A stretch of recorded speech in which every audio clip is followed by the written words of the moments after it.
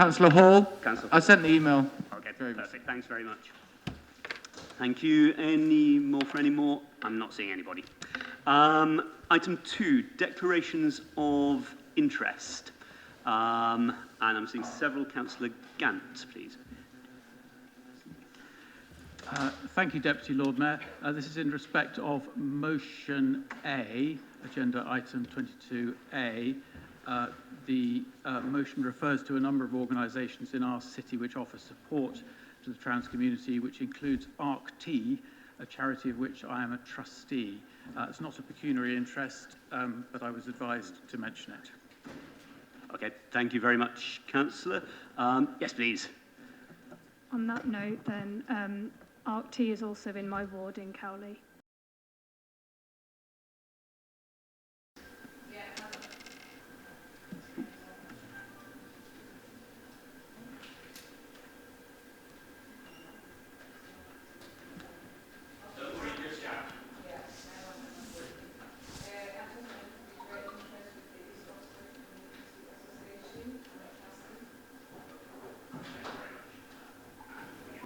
Any other declarations of interest, Councillor Rowley? Right. Again, on motion 22A, I should declare that I'm a member of Oxford Pride, but it's not a pecuniary interest.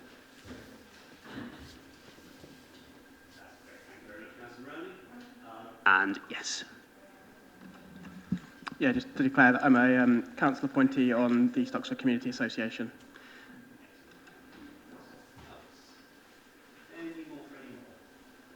I'm seeing no more declaration of interest. Thank you very much, colleagues. Moving on then to agenda item number 3, minutes of the last council meeting. Do we have any speakers on that matter? I'm seeing none. All we are required to do, of course, is approve the minutes as a correct record of the council meeting of the 4th of October. Do you have to vote on that? We do. We have to vote on that. All those in favour of thus accepting said minutes? Splendid. That would seem to be NEMCON. Thank you very much, colleagues. Item 4, appointment to committees, apparently non-notified. So unless anybody knows better on that, I think we can pass swiftly on to motion 5, announcements. These would normally, of course, be from the Lord Mayor himself. He's not available to do that, but did mention to me, and I think this is very much worth council noting, that Mark has been in place for exactly 1 calendar year, this precise day, or so he tells me. As people will be aware, at the moment, all terms of civic office seem to be infinitely prolonged, but Mark has been there for a year and will be there for considerably longer, as I know very well myself. So congratulations to him. I believe he said he's attended 124 different events in his capacity of Lord Mayor in that time, which is very good going. Mark also asked me to remind colleagues of the Lord Mayor of Oxford's Christmas Carol concert, 19th of September, in support or in aid, of course, of the Lord Mayor's charities for the year. Please do come in numbers. Reverend Buckley, please. Thank you very much, Deputy Lord Mayor. Yesterday evening, I was cycling and I wasn't particularly well wrapped up, and we may remember that it was snowing and sleeting at about 5:30, and as I went up the Woodstock Road, I was getting increasingly cold and uncomfortable and thought, I'm never going to make it. I cycled quite slowly. And then as I got home, I did think, apologies, well, not apologies at all, for a sobering moment, I thought of those who'd be sleeping on the streets in the snow and the sleet, and there I was making a little bit of an internal fuss, but I had the hope of a warm house and food, and all would be well. I was minded of your wonderful support and involvement of others in all those seeking to help the homeless this winter and throughout. And whenever I'm with Oxford Winter Night Shelter or Gatehouse, Port, wherever it may be, I take the liberty of saying that they already know that the City Council does so much and gives so much support to them. So on their behalf, thanks to you. It also got me thinking about hope. And I've been very humbled this evening hearing the speeches and seeing the new orders. And I thought, that's wonderful. It's so humbling to be with you all. And what I think you do, if I may say, so well, together and individually, is that you bring hope to people. You bring hope. And this Christmas season, and I know from lots of different backgrounds, however we'll be celebrating and marking it, may we continue to be people of hope and light, purpose and promise for the good people in our city. So thank you all so much, as ever. Thank you very much indeed, Anthony. Thank you.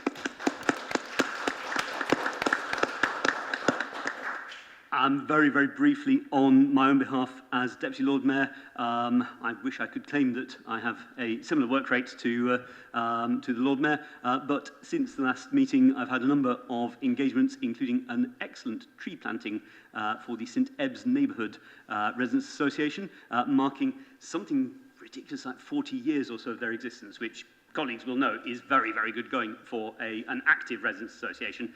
It turns out that my gardening skills, as my wife could very easily tell you, leave a great deal to be desired, but the tree planting was not nonetheless a disaster. Also, and slightly strangely, 2 weeks ago, a combination of town and gown coming together in the covered market for the unveiling of a cake.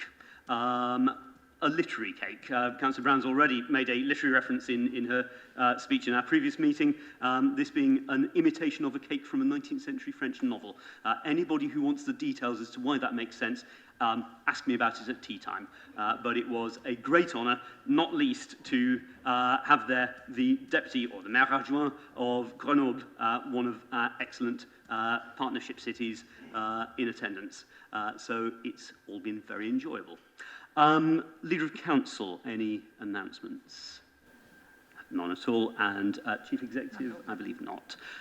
We can move on in principle to item 6, which is a public address or question from Kieran Walsh. Do we know whether Mr. Walsh is here present? Now, I think in principle, Mr. Walsh, if you're able to come round so as to address this from here, that would be ideal. Thank you. Chairman, my apologies. I gave Mr. Walsh the wrong information when it comes to speaking. Understood. The wrong time. Yeah, no. It feels quite unusual to have someone addressing this at this time, but no problem. Thank you very much, Councillor.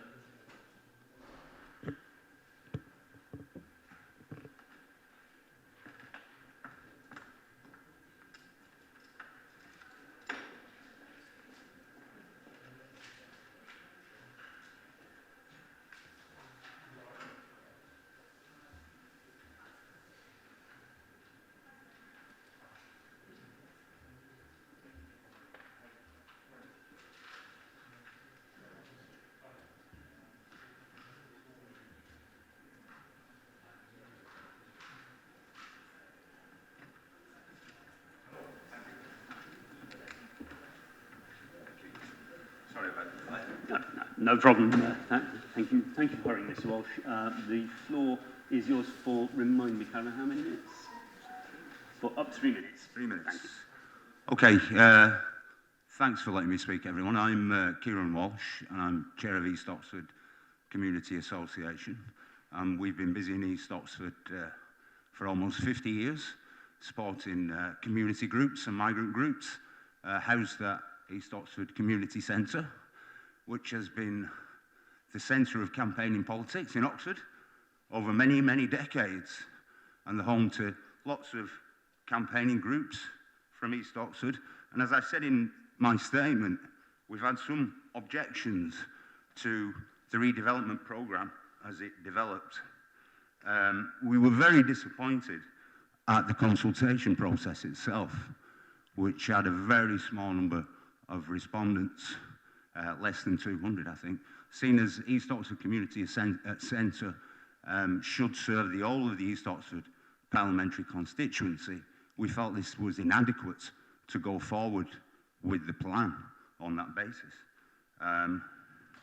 Also, we thought that the future governance of the centre should have been the first item on the agenda rather than an afterthought. We have no idea about future governance as the redevelopment starts, which we find a really uncomfortable position to be in. We hoped that the redevelopment would house other community groups that haven't previously got a space in the centre. But unfortunately, because of the nature of the development, the community groups and tenants that are there will be squeezed into a smaller space. A lot of room will be made available for Film Oxford, a nice new suite for them. But for the local community groups that have been active in the centre for many, many years, things will be much more constrained. And that includes ACI, that includes the Chinese Community Association, East Oxford Community Association itself, and as I said, we hope to get in place the Kurdish Association and the East Timor Association in there also, but no space, unfortunately, for them. And also, because the facility at Cave Street is also to be redeveloped simultaneously with East Oxford Community Centre, that means that we will have no base, that our temporary office situated at Cave Street will go, as will ACI's office. So it's a problem both for ACI and for East Oxford Community Association. What will we do during the redevelopment? We lose our prime source of income through the bar. We lose those spaces to offer local community groups. We're really concerned about the loss of OARC, Oxford Action Resource Centre, which is a valuable organising space for many groups in the town, charities, community activist groups, political groups. Where will OARC operate from during the redevelopment of East Oxford Community Centre? We felt that the community groups were marginalised during the whole process, that our views were not listened to during the whole process, and that we feel that the community groups should run the centre as a cooperative. And thanks. And that's all I've got to say, basically. The governance of the centre after the redevelopment is crucial, and we need to clarify that as soon as possible. Thanks very much for listening, everyone. Thanks very much, Mr. Walsh.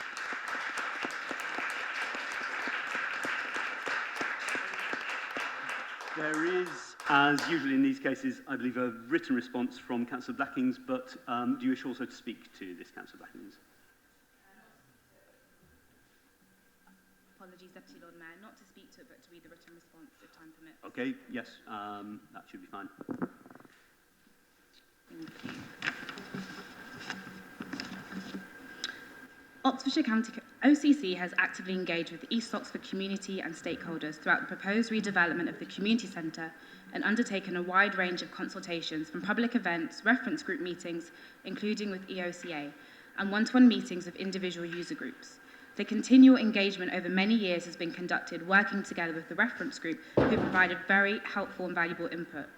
The consultation events were successful, with over 150 people attending the first event to share their views and comments on the proposals, with some of the local community groups providing support to the event with items such as provision of food to those who attend. Throughout the design process, engagement with user groups has helped develop a scheme which offers a modern and flexible space for both existing and future users of the centre. The Council recognises that inclusive governance arrangements are key to the successful operation of the centre, and this was discussed regularly at the reference group meetings. The Council has listened very carefully to the views and feedback from the various community groups, and it is important that this is taken into consideration and ensuring that the new and existing community groups are being welcomed back into the redeveloped centre. The Council is very much committed to this and continuing our work with community groups on the governance solutions, and this is planned to recommence once the centre has reopened. The project is also providing 26 much-needed affordable housing for the residents of Oxford. The units adjacent to the community centre will offer 12 flats at social rent, circa 40% of the current open market rent, And it is through the provision of housing that funding for the refurbishment and extension to the community centre is possible. Providing housing is not a loss to the community, but strengthens the community by enabling future generations to continue to live in their city and access the vibrant facilities in their neighbourhood. Unfortunately, with any large development of this scale, there is a need to temporarily move community users and community tenants from the buildings, whilst building work is ongoing. It is not safe for the building to remain operational during the build. We are currently talking to the various community tenants to understand their search for temporary accommodation, and of course we would be more than happy to talk to OECA again to offer our support where we can. If you or any of the other groups are having issues with this project is a significant investment by the Council in East Oxford that will provide both new and existing community users with modern, sustainable, state-of-the-art facilities fit for the 21st century for all the community to enjoy. Thank you very much, Councillor Blackings. We move on to item 7, which is precisely East Oxford Community Centre and Housing Development. Councillor Blackings, I believe you have a recommendation to move for Council. One moment. I have the right to buy.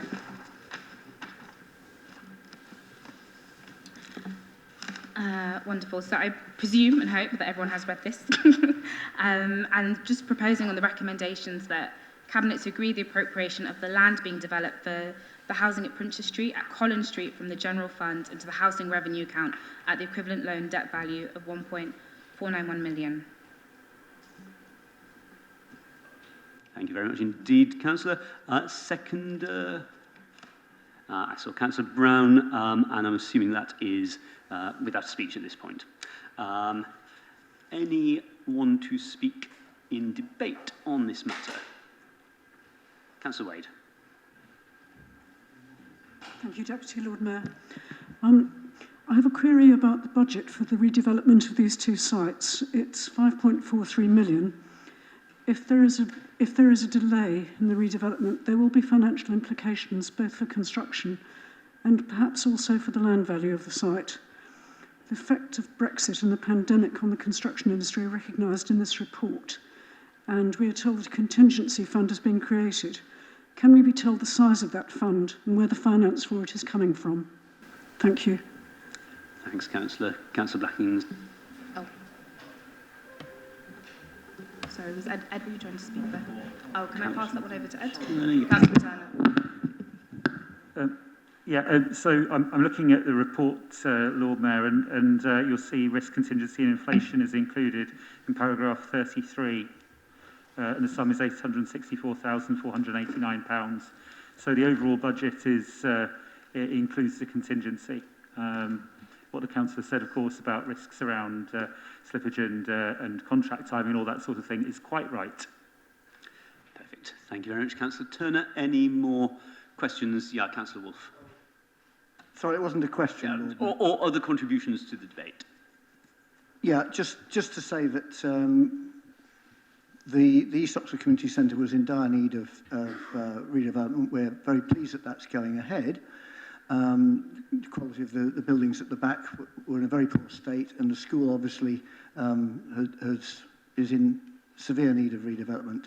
However, we're going to have to abstain on this because our position throughout has been very clear that we did not want to see a large chunk of the site sold off for housing. We understand some of the reasons for that, the means of funding this programme, but such a busy community centre, scaling the size down, and we had actually proposed that housing could be developed on Cave Street, which would have been a more sensible solution, we think. So we welcome the redevelopment. I think it's fine, but it's a Labour scheme. It's not one that would have been ours, and for that reason, we're not voting against it, but we can't support it as it stands, I'm afraid. So actually, I agree very much with what the Speaker has said. Thank you. Okay, thank you very much, Councillor Wolfe. So I have seen also Councillor Thomas and now Councillor Rowley. Councillor Thomas and Councillor. Thank you. Kieran speaking talked about how the governance of the community centre after reopening is crucial and needs to be clarified, and this is something that we on Scrutiny Committee also picked up on and talked about at length. And we have put in a recommendation which we're really happy to see accepted by Cabinet, that a 3-year timescale, so to move on as quickly as practically possible towards community governance is applied, and we're really happy to see that adopted. Okay, thanks very much, Councillor Thomas. Councillor Rowley.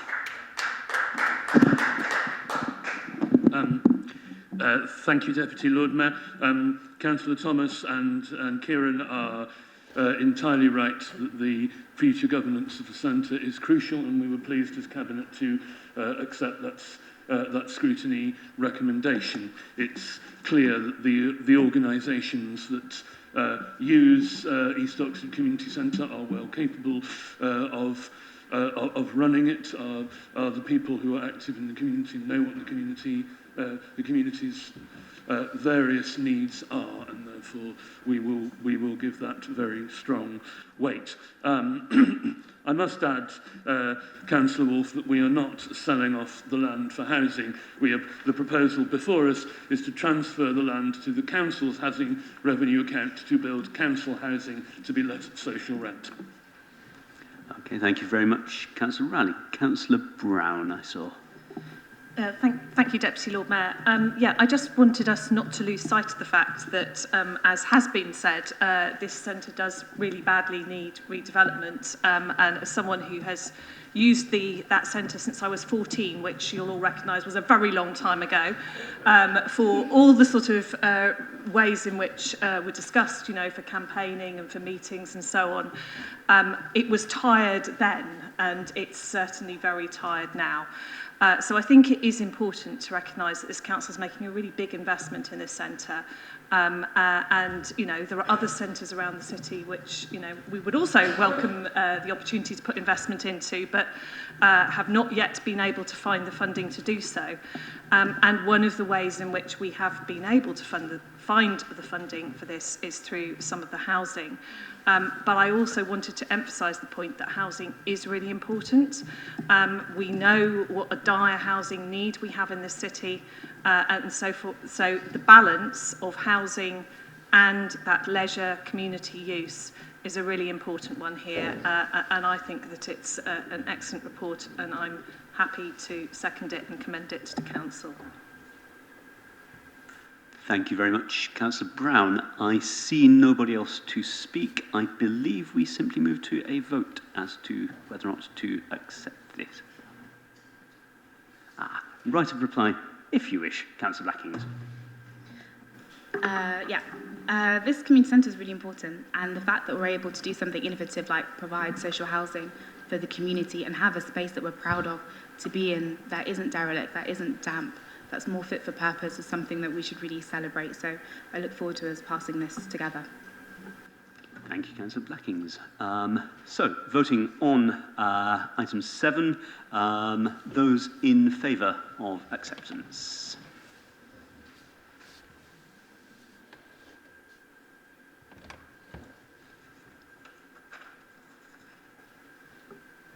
Deputy Lord Mayor, that's 36 in favour, so that's carried. Thanks, Andrew. Any against? I guess not. And abstentions, as promised. Thank you very much, colleagues. Moving on to item 8, redevelopment of Standingford House Enterprise Centre at Cave Street.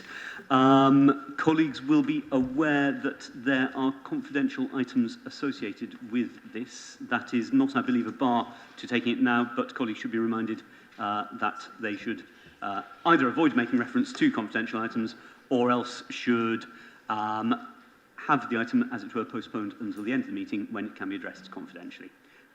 Having said that, I would like to continue with this. I believe either Councillor Brown or Councillor Turner is proposing this. Councillor Brown, I'm seeing. Thank you, Deputy Lord Mayor. Yes, I'm delighted to be bringing this report to Council as well. We had a good discussion at Cabinet about it. It's a scheme I'm very proud of. We've done an awful lot of work to look at Cave Street and to get financing in to maintain this important workspace within Oxford. And I note Dick's earlier comments about Cave Street, and it is a site that we looked at to see whether housing on that site would be an option. But we recognise that firstly, it wasn't a great site for housing, and secondly, that there is a real need within the city for this sort of workspace. So starting workspace for small companies beginning to develop. Unfortunately, the building itself, and again, this is something we looked to see whether we could change the existing building to bring it up to standard, and that wasn't possible to do. So demolition and rebuilding is the only option on this particular building. A final point, that the importance of doing this is because the standards of the current building are so poor that we actually wouldn't be able to let it out in future. So it is work that needs to be done in order to provide really important employment space in this city, in an area of which we know there is a real lack of that kind of employment space. So I'm very happy to commend this to Council and happy to answer any questions. Thank you very much, Councillor Brown. Seconded by Councillor Turner. Do we have questions, comments, contributions? I think I just about saw Councillor Smoten first. Thank you, Deputy Lord Mayor. So this seemed to me like something of a missed opportunity to use this particular site for high-density accommodation and provide the employment space elsewhere in the city with the aim to increase the number of people who live within walking distance of their place of employment, with all the good that comes with that in terms of reduced commuting, reduced associated pollution and traffic, and so on and so on. So I suppose I'd like to ask, going forwards, will the Council look to rebalance the proportion of commercial and residential land in different areas of the city with that sort of goal in mind? Thank you, Councillor. Reply from Councillor Turner or Councillor Brown? I'm guessing it looks like Councillor Turner. Yes, but I wonder if we were going to say the same thing. I'll give it a go, but Councillor Brown might give a completely different answer. I mean, I think it's an interesting point, because of course actually providing some great workspace for small businesses in the heart of East Oxford will help people have employment opportunities close to where there's a lot of residential accommodation. I'm not convinced that slapping everything on sort of business parks on the outskirts, often which are quite linked to motor travel, is always the way to go. There's a place for that sort of thing as well, but actually rather welcome at this location for some commercial property.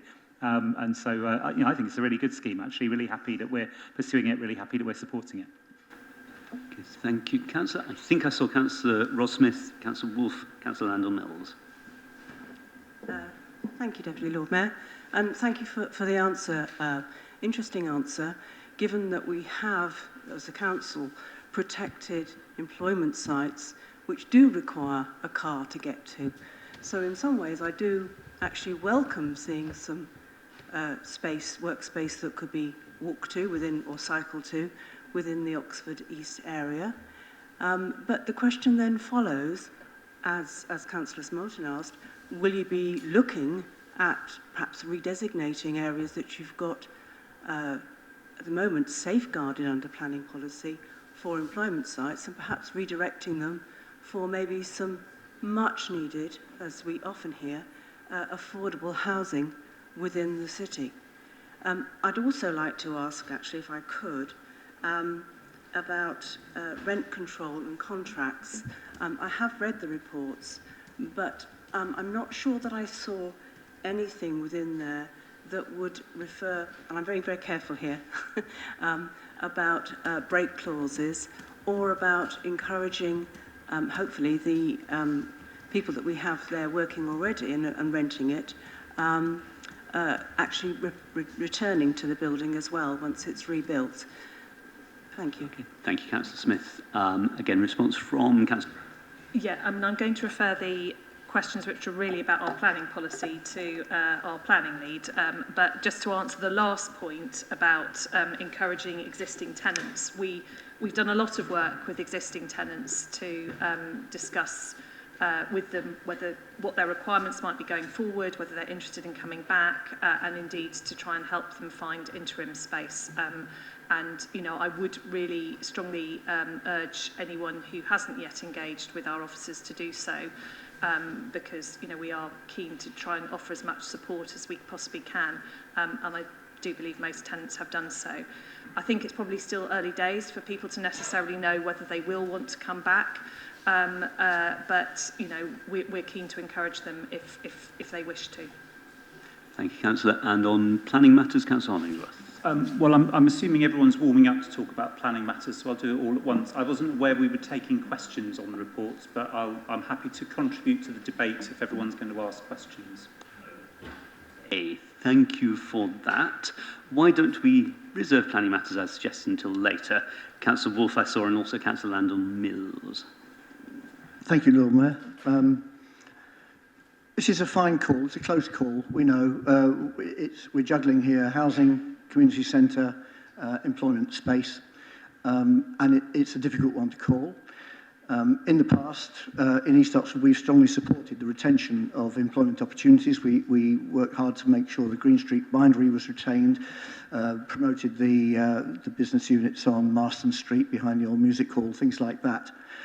Times have changed slightly. Our local plans changed slightly now, and employment sites, by and large, don't receive the protection under our local plan that they used to have. It's only our C1, or I think I've got the right category, that gets the real protection. So our prioritisation would simply have been different. We would have maximised the opportunities on the community centre site, because East Oxford is a place that really badly needs continual community development. With 25% turnover of population every year, you know, you're continually having to build community, and you need space to do that. So we'd have called that differently, and obviously housing is a critical need for the city, and I think it was perfectly viable to have a lot more housing units on that site, and it would have meant losing, yes, the employment space, though not necessarily all of it, I have to say. So it's not the way that we'd have prioritised things, and therefore, again, we'll be abstaining because, you know, okay, fine, you know, and the principle of having employment space near to people's walking is a good green principle, which we support, but generally we'd have called the priorities differently, so it's kind of a Labour scheme and not ours. Thanks. Thanks very much indeed, Councillor Wolfe. Councillor Landell-Mills and officers have reminded me that Councillor Hollingsworth is correct. This is a time for debate rather than questions as such. Councillor Land. If we are going to go down the redevelopment of the site for employment, which seems to be likely, I hope that the density will be maximised and car parking reduced. I think the site's got quite a lot of car parking, and given its proximity and commitment to low car employment, we would like to see as high density as possible. Thank you very much, Councillor Landell-Mills. Any further? Councillor Hollingsworth. I'll do the planning bit now. I'm sure the mover of the motion will be able to locate the details quicker than I can, but I think the last comment, I think you need to have no fear that the proposal isn't high density. It is quite significantly high density. I do appreciate Dick's point about the prioritisation. I'm not entirely convinced his prioritisation would actually have added up, but so I mean there is an element of finance here which is referred to at some length in the confidential section, which I think is very important as to the degree of return. But on that broader issue of co-location and density, which is really important. Now, I know 15-minute city has become very fashionable. I was talking about it, but not using such a good term in our local plan development before it became a fashionable term. Polycentricity was the word I used. I should have used 15-minute city. I should have learned from John Tanner. That's how you get things done. Proper catchphrases that people understand, not long, complicated words that nobody understands. But the point is really important. That what we need is the co-location of housing and job opportunities, and that's particularly small job opportunities. You know, the businesses which become large businesses, which then need large premises, usually start in places like East Oxford, like Summertown, like Headington, like Cowley, in a small unit, on somebody's laptop in a coffee shop, or in a place where you can, get a 3D printer and start manufacturing something, on a really, really small scale. And it's completely critical that we have those. And when we did our work on the local plan, it was those kinds of premises that we were really struggling to find. And if you look at that employment space needs survey, and I strongly suspect it will be worse now, the need will be greater. There is a gigantic need for that kind of workshop space, flexible office space, and so on. I think what we need in our next iteration of the local plan is to continue that, accelerate that trend, and in the 2050 plan, make maximum use of the employment sites we've got, get as many jobs on those as possible, and make them within walking distance either of people's homes or public transport nodes. And I think I would like to see the end of those car-based business parks, if at all possible. Thank you very much, Councillor Hollingworth. I've also seen Councillor Chapman. Yeah, I'd like to speak in support of the proposal, but from a slightly different perspective, because actually this property which we're going to modernise is named after one of the most redoubtable councillors in the history of this city. We talked about history earlier on, but Betty Standingford was a wonderful mayor. She was a mayor. Bert and, let me come into that. Bert and Betty are a joint act in this matter. They were always together. They always served this council wonderfully, and she in particular was a redoubtable councillor in Northway. So it would be very sad if we didn't have this great development done properly and done well, and I'd just like to remember her, and if she was looking down on us tonight, I think she'd be in support of the motion. Thank you. Thank you very much, Councillor Chapman. Any more for any more? I'm seeing none. Councillor Brown to reply. Thank you. Very specifically on the point about density, paragraph 27 talks about doubling the existing workspace. So I think that I would hope that Councillor Landell-Mills is reassured by that. Obviously, the detailed planning application will deal with those matters, but it is our intention to make much better use of the site, and it isn't a well-utilised site at the moment. So that is another very good reason to be redeveloping here. Interestingly, Councillor Chapman, when we came to discuss this at Cabinet, we all sort of rather simultaneously realised that we'd never at any point discussed the naming of the future building.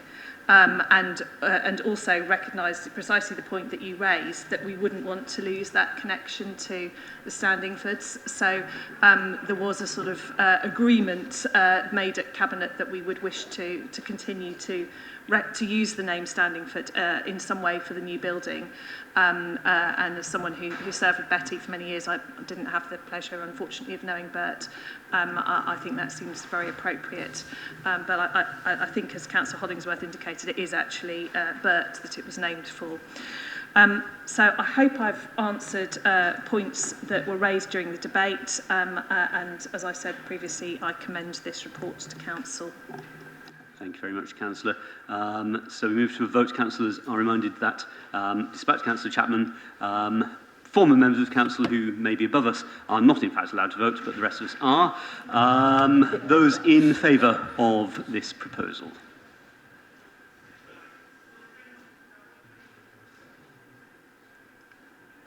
I can see 30 in favour, Lord Mayor. Thank you very much. Anybody against? Oh. And anybody abstaining? Any abstentions? 10. Thank you very much. The item is very clearly carried. Moving on with permission, colleagues, to item 9, use of retained rights to buy receipts to increase the provision of more affordable housing. Councillor Blackings again, please. Thank you. The Council delivers more affordable housing through all the means available to it, whether through its housing company, directly itself in partnership with others, or enabling work.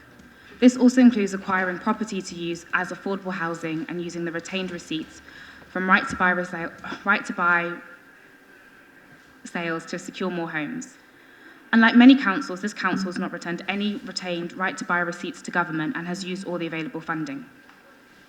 I'd like us all, if we haven't already gone through this Cabinet report, to really strongly consider supporting this motion with our recommendations so we can continue to do the good work that we've already begun at Oxford City County Council.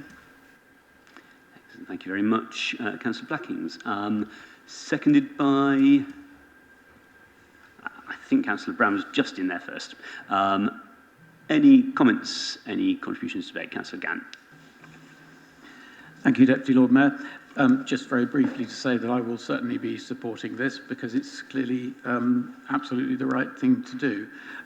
Very interesting report and interesting to see how the rules around right to buy have evolved, and indeed particularly in paragraph 8 around changes that the government has made to the ability of councils to use retained right to buy receipts. And I hesitate very strongly to intimate it in this chamber, but it does seem as if the government has at least partially done something that we ought to welcome. Also interesting to note the profile of right to buy sales over time in paragraph 13, and to note that these rose rather substantially and then peaked about 5 years ago and have since fallen back, which is also welcome news. But just to say I welcome this very much. Thank you very much, Councillor Gant. Any other contributions, comments? I'm seeing none. Right to reply for Councillor Blackings if required. No, thank you, no need. That seems fine. Then we move to a vote, colleagues. Those in favour, please, of this.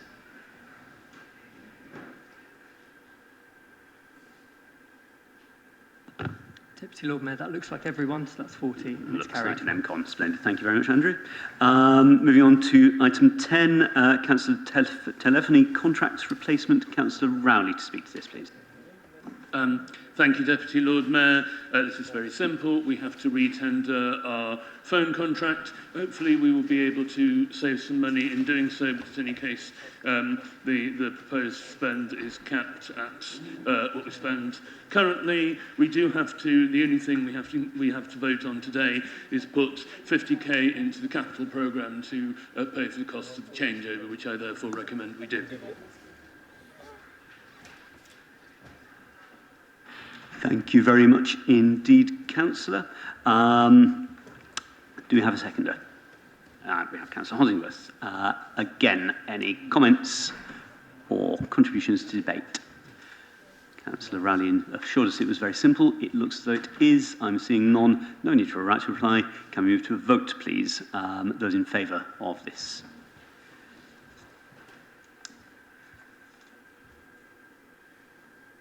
Again, that looks like everyone, Lord Mayor, so it's carried. Once again, NEMCON. Colleagues, my intention is to press on to at least the next item as well, in the hope that we can get that done by the theoretical cut-off time of 6 o'clock.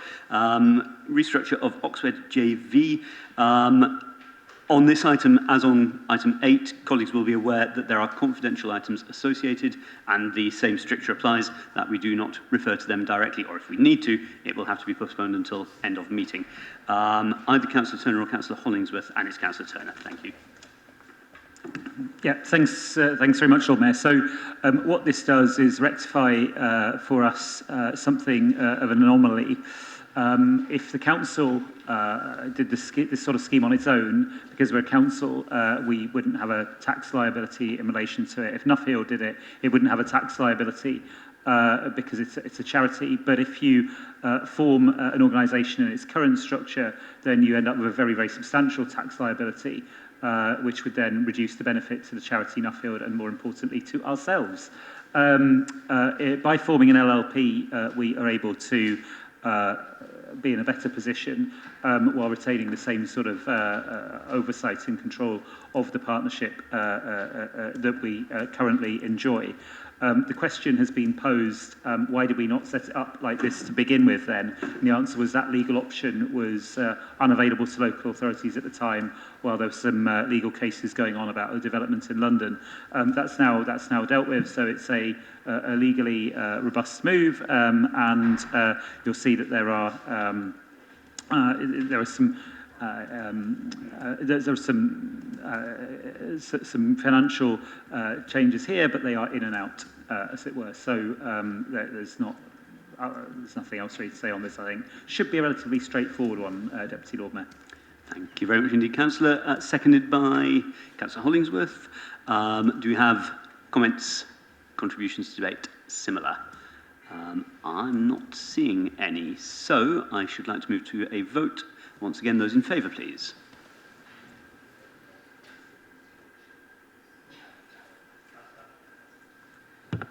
That appears to be unanimous. And once again, it looks like NEMCON.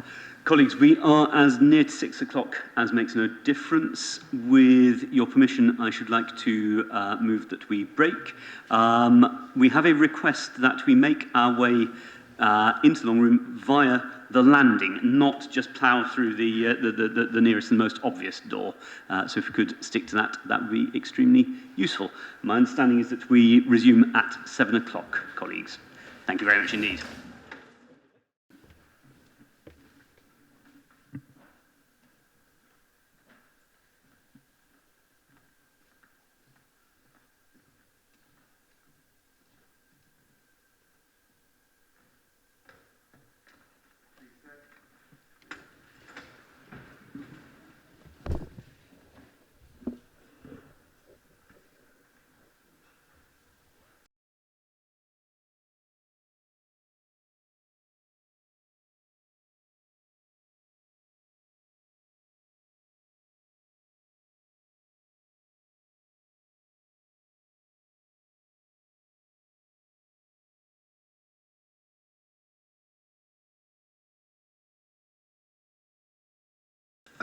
We're moving on now to item 19. So public addresses and questions. And we have Hannah Macy.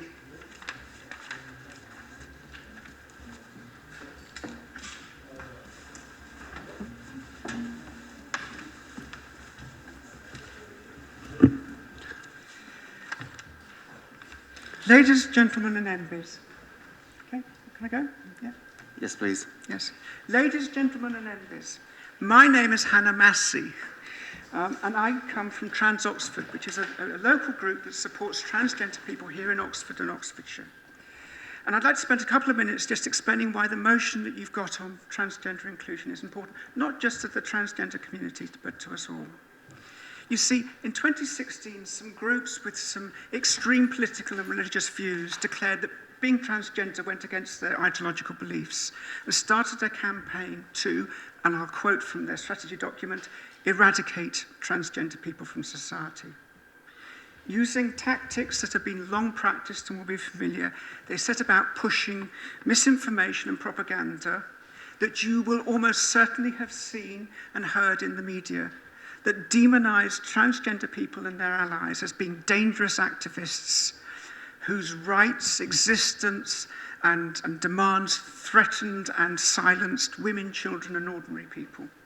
They set up groups and organizations to supposedly do good works, but which in fact were set up to promote transphobia and to split transgender people from their support in society. They funded and publicized expensive legal cases to challenge trans rights, our access to healthcare, and support from public and other bodies. They've been pushing that being transgender is a dangerous false ideology. Now, let me make it clear. Gender is biological. Gender is neurological. Gender is genetic. Although you may not be aware of it, each and every one of you has a unique gender identity that tells you who you are and where you belong, hardwired into your brains by your biology and genes. You're born with this, and it's not something you can change. And your gender identities, in fact, all of our gender identities, exist across a spectrum that we as a society happen to choose to divide into two, just as we do the spectrum of sex characteristics. But this division is flawed. Because for some of us, the gender we are assigned at birth, based on our sex characteristics, does not match the gender that our biology has given us. We're transgender. This isn't an ideology. This is what we are, biologically. It's not something we choose or could choose or would ever choose to be. It's not something that we can be coerced into being, grow out of, cured of, or converted from being. It's an extremely challenging condition that leads to frighteningly high levels of mental illness, self-harm, and suicidality. And it is extremely difficult and time-consuming to deal with. So does that make us a dangerous and demanding threat to society? Of course not. I have 2 degrees. I've run my own business for many years. I have kids who think I'm awesome. I have been involved in, set up and run numerous community groups over the years, including the church. And among my friends, trans men, trans women, trans non-binary people, I have lawyers, doctors, academics, scientists, builders, airline pilots, bus drivers, ordinary people who want to live ordinary lives just the same way that you do. And are my rights as a woman threatened by my rights as someone who is transgender? Absolutely not. And I should know. Now, as a small and somewhat diverse and challenged group, we have really struggled to counter this insidious and harmful campaign. So I come here to ask for your support, because we need support and help, and it needs to come from places like this, from this chamber. Please educate yourselves and help us to challenge the claims being made against us and expose their falsehoods, to call out the misinformation and those promoting it. Because if you believe that racism, sexism, ableism and homophobia is wrong, if you believe that segregation and discrimination based on skin colour, sex characteristics, sexuality, disability or neurodiversity is wrong, then I would hope you would support this motion. Because there's no difference between those and transphobia, or some people are trying to call it being gender critical, and seeking to discriminate. Yeah.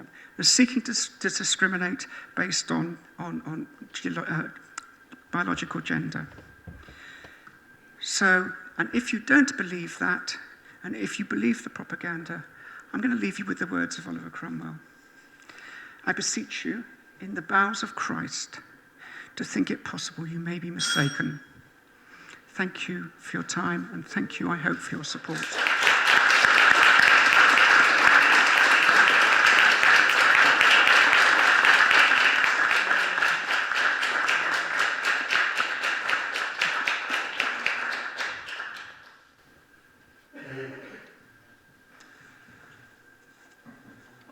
Councillor Louise Upton to respond, please. Hi. Hannah, thank you very much indeed for coming to speak to us today. I don't think there's nobody here who can fail to have been moved by what you've said very powerfully and very eloquently to us today. And we really all appreciate your time, the time you've given up to come here to give us the benefit of your experiences and for us to hear of those. We don't underestimate the bravery it must have taken to come and do this here. And I hope you won't underestimate how useful and important it is for us to hear your words directly from you and how they will inform our debate today. I won't say any more today, but please, I hope you'll be able to stay and listen to the debate today. And again, thank you very much indeed for coming along today. Thank you. I would do the honourable thing. Please.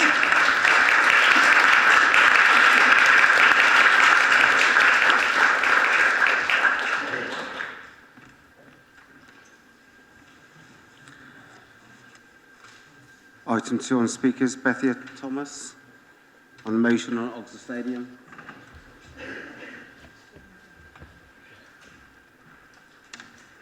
Welcome. And just a reminder, 5 minutes. Yeah, 5 minutes.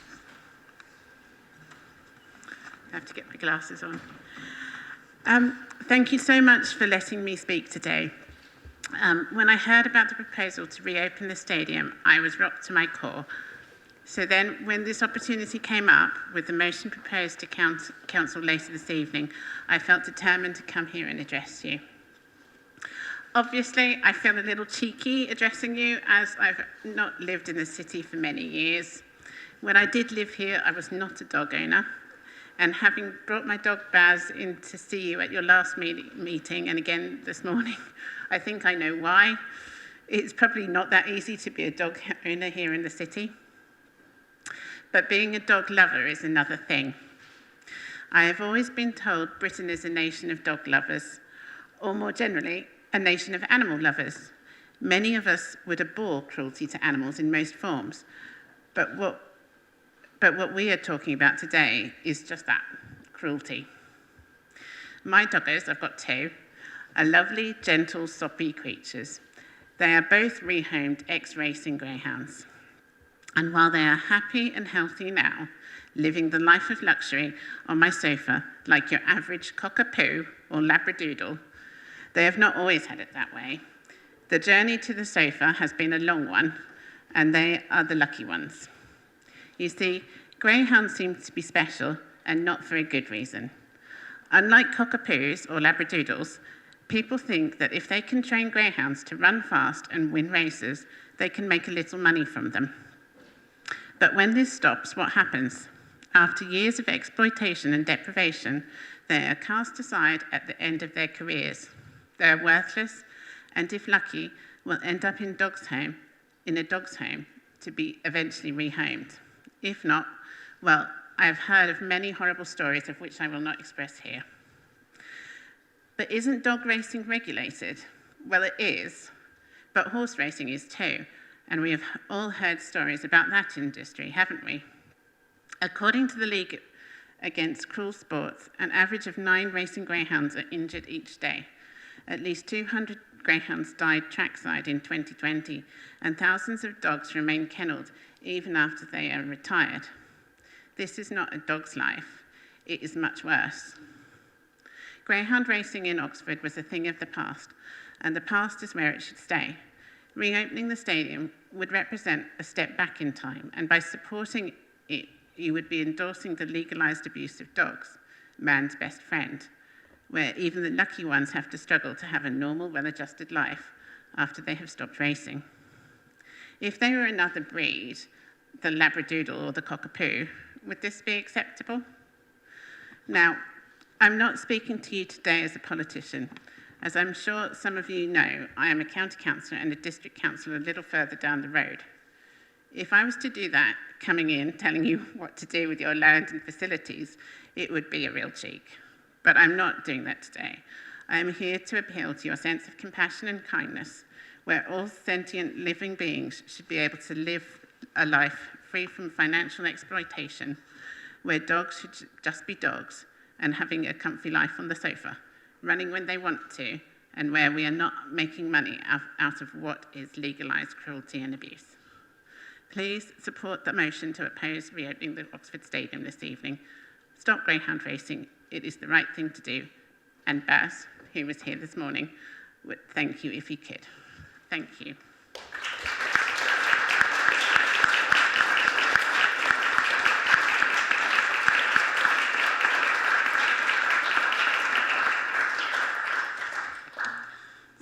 Thank you very much.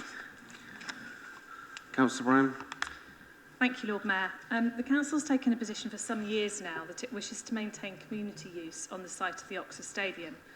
Oxford has great housing needs, but we also have always sought to ensure that housing is supported with living communities, which means shops, community and leisure space within easy access of homes. The Council therefore was delighted that we were able to argue successfully at our local plan hearings that this site was a community asset and needed to be retained for community use. This was the end of a 15-year campaign. The community use includes a wide range of leisure uses for which it already has planning permission, planning being the only area in which the City Council does have jurisdiction. And those uses are such as speedway, go-karting, a dance studio, as well as greyhound racing. It's important to state that this council has no jurisdiction on whether or not greyhound racing takes place at Oxford Stadium. The new owner of the lease would be able to do all of the things I previously mentioned, including greyhound racing, without needing planning permission. And as you quite rightly said, greyhound racing is regulated not by the City Council, but by the national body, the Greyhound Board of Great Britain. People will have different personal views about greyhound racing, and I'm sure they'll be expressed in the debate tonight. But that is what they are, personal views. Our personal views will have no influence one way or another on whether greyhound racing returns to Oxford Stadium.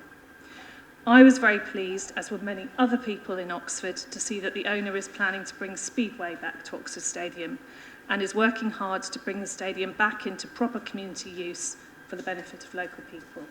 Thank you for coming to speak to us today. Thank you.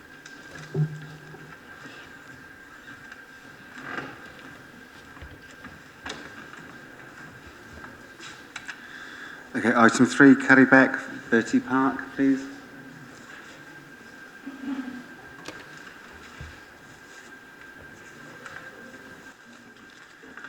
Welcome, Kerry. Just to remind you, you have 5 minutes. Okay, thank you. Councillors, the Save Bertie Park campaign is trying to save a recreation ground in South Oxford, which is threatened with development. We have no real dialogue with the council. We make our points.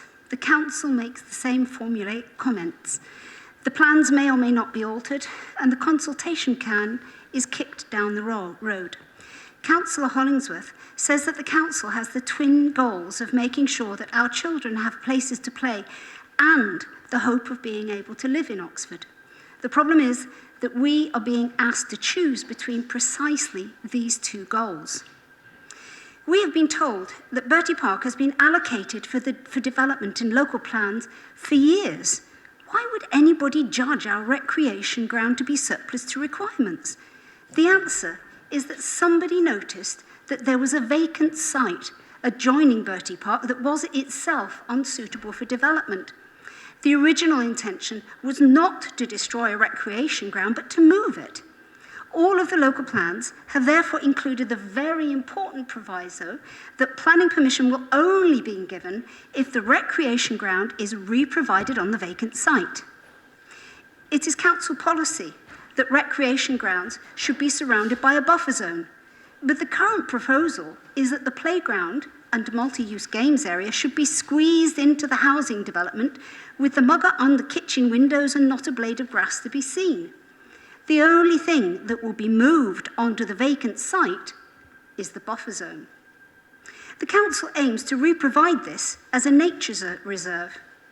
Our understanding is that this nature reserve will not be created from scratch. It has long had access restricted in order to combat antisocial behaviour. So, the deal is the council will improve access to the nature reserve by repairing or upgrading the bridge and improving the existing path around the nature reserve.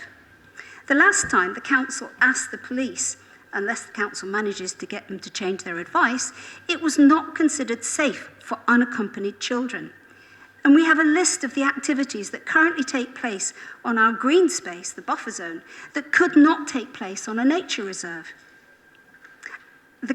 Councillor Hollingsworth says the current plans strike a good balance between the demands of past, present and future generations. Our recreation ground is a community resource which caters for young people of all ages. It is wrong to pit the needs of our young people against the housing needs of future generations. Councillor Hollingsworth says that it would not be fair to ask other councils in Oxfordshire to allocate sites for housing and not to do the same ourselves.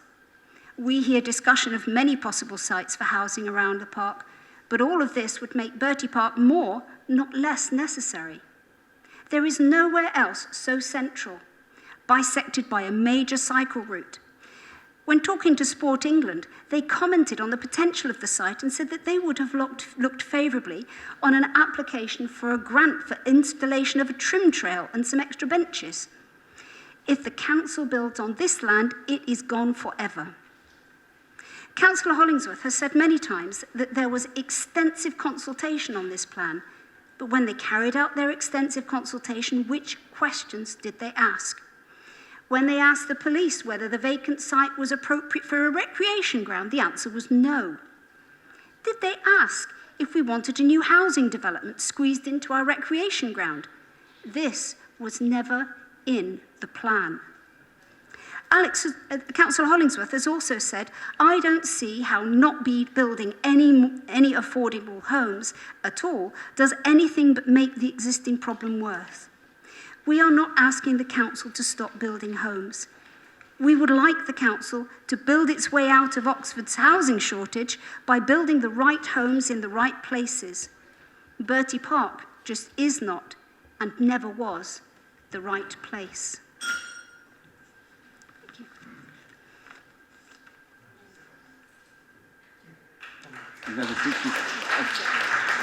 You've got another 60 seconds if you want to. That was just a reminder. I have a brief I have a brief request, if I might make that. Within 60 seconds Yeah, that's okay. or less, thank you. If I do have a request, it is once the council finally decides not to build on Bertie Park, I would actually like you simply to explain the rationale for your decision and not to blame local residents who fought to preserve a community amenity. Thank you. Thank you very much. Thank you. Councillor Hollingsworth, please. Thank you very much. This site's been allocated for development in successive local plans dating back nearly 20 years. The process of making that allocation involved assessment of the site and required rounds of public consultation. The current detailed design for the development has already been subject to consultation, and further rounds of consultation will happen as the scheme moves into the formal planning application process. The address uses my words extensively and with familiarity and profoundly disagrees with them. I, on the other hand, continue to stand by them, absolutely.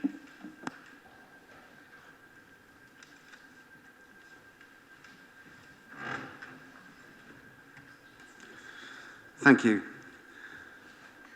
Sophia Kabir, please.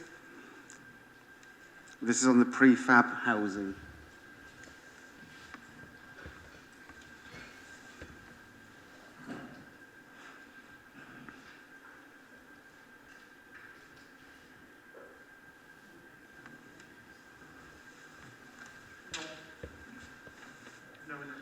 No?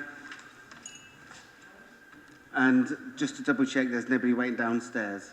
I just want to give the person an opportunity. If we can just wait an extra minute, if you don't mind, please.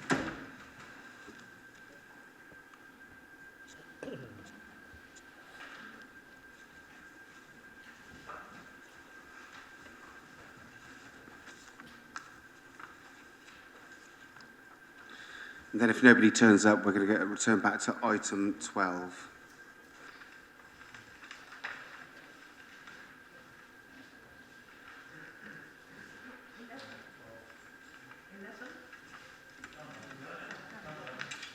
Reception is empty, Lord Mayor. Sorry, reception is empty. Then we will move on. Just ask about legal advice. Would we just then send an email to the speaker, or we'll follow up written response? Thank you very much. Just for clarity, because Susanna Pressel came in, make sure I'm not confused, we are on item 12 now, not 11. We are. Thank you very much.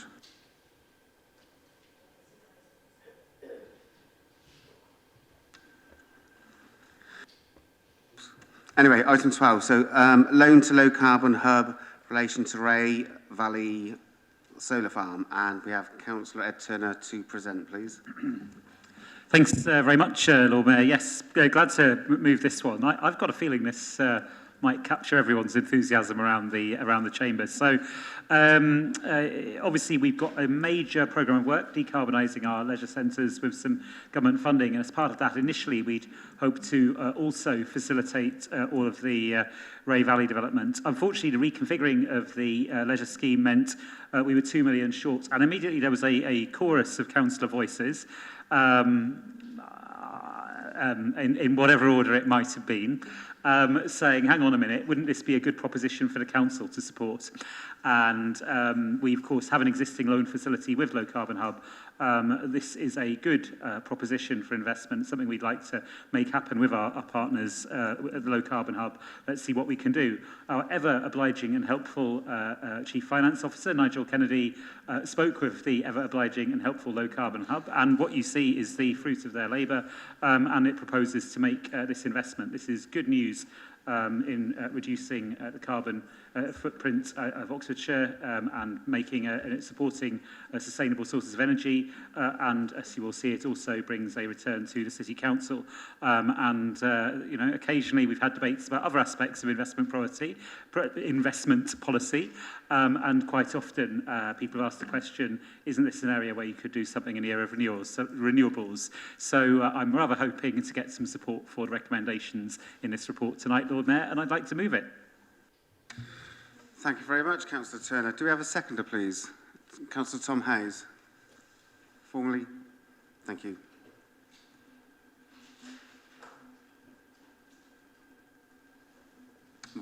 Yeah, Councillor Wolfe, then Councillor Landell-Mills. Thank you.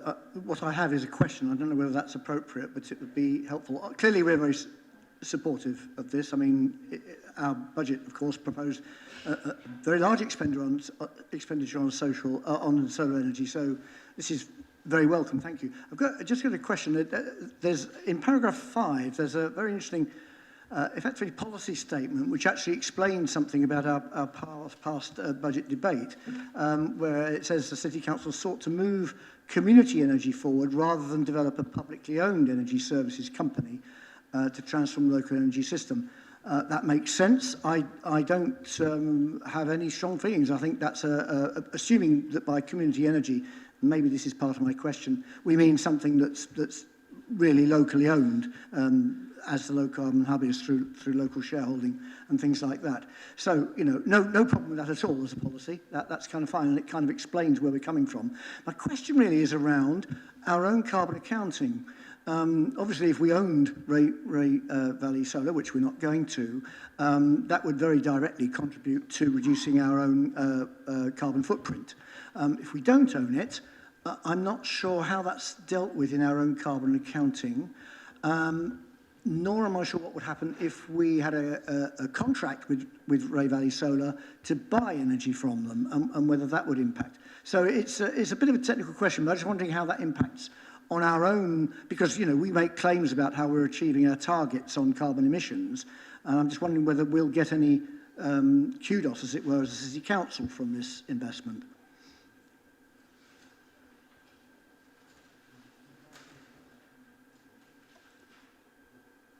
Councillor Hayes. Thanks, Lord Mayor. Thanks for the question. The first part of the question was around why are we indeed making a policy statement in supporting community-owned energy generation. I think we're making a statement of something we've done for a very long time. We heard from Councillor, he's not Councillor anymore, sorry, that was a mistake, from Honorary Alderman Tanner earlier about how, as a council, we've invested in meeting the climate crisis through supporting Low Carbon Hub. It's something we've done for over a decade now. We've had a revolving loan of many millions of pounds. And I think with this investment, we're just continuing that. And we have prioritised community-owned investment because we believe that that is the way in which you help to build a truly decentralised and effective clean energy supply. On the second question around does this help to contribute towards the decarbonisation of the city, it very much will. I recognise you also were asking about the council. I'll come to that because I saw you arch your eyebrows. It will help to decarbonise the city because it will obviously help to generate local renewable energy, which can be used locally. In terms of decarbonising the City Council, it will presumably, and I'm looking to Mish here, help to do that, and I'm looking for confirmation of that. But in terms of in terms of the plan to get to zero carbon by 2030 or sooner, it will contribute towards that. As to whether it speeds up that, that's a separate question. Yes, Councillor Hayes is correct that because we will be purchasing the REGOs, the Renewable Energy Generation Output Certificates from the solar farm, we effectively are then the owner of the zero carbon aspect of that electricity. Thank you. Councillor Landon-Wales, please. I'm just going to say that we're glad to see that the Lib Dem budgetary recommendations of cautious investment in renewable energy as well as property are being taken forward. More advice will be given if asked for. So we will be supporting this motion. Thank you very much. Thank you. Councillor Smoton, please. Thank you, Lord Mayor. I too will obviously be voting in favour of this because I'm very glad to see it going ahead as suggested. A comment though on process is that the combination of there having been I forget what is the phrasing, an emergency decision or an urgent decision, was taken earlier in the year to extend a short-term sort of piece of bridging finance, and then that combined with what's happened here, where we hoped to loan Question, please, and Councillor Landon-Wales, turn your microphone off, please. Sorry, were you asking for a question? Earlier I was being asked for no questions, so which is it? Debate? Debate. All right, I'll continue. Where was I? Right, yes. Earlier in the year, we had the bridging loan. Now we were hoping to loan a substantial chunk of Salex money, and then other aspects of that needed to be changed, resulting in a reduction in the amount of Salex money that was being loaned, and then that gap is being plugged. It looks a bit like Ray Valley were committed to spend money, or had spent money, and were dependent on funding before we were fully aware of where that funding was going to come from, before there was sort of full security as to what we were going to be lending and where from. It raises the image of the sort of the seat of the pants to a certain degree. I hope that's not the case, and I hope if we had our time again on this project, we might sort of do things in a different order. Nonetheless, glad with the result, and so I shall be voting in favour, as I say.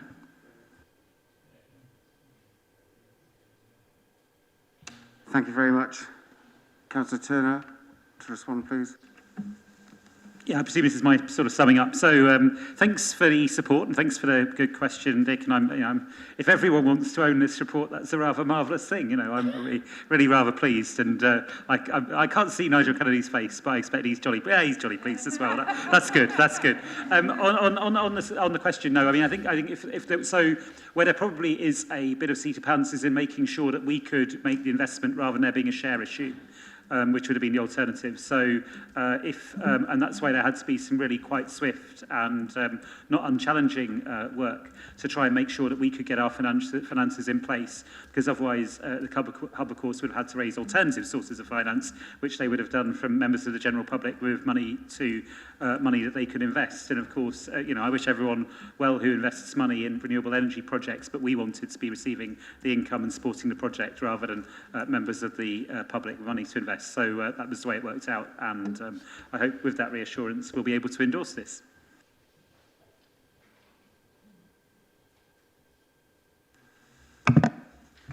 Thank you very much, and we'll take this to the vote, please. Those in favour, raise your hands, please.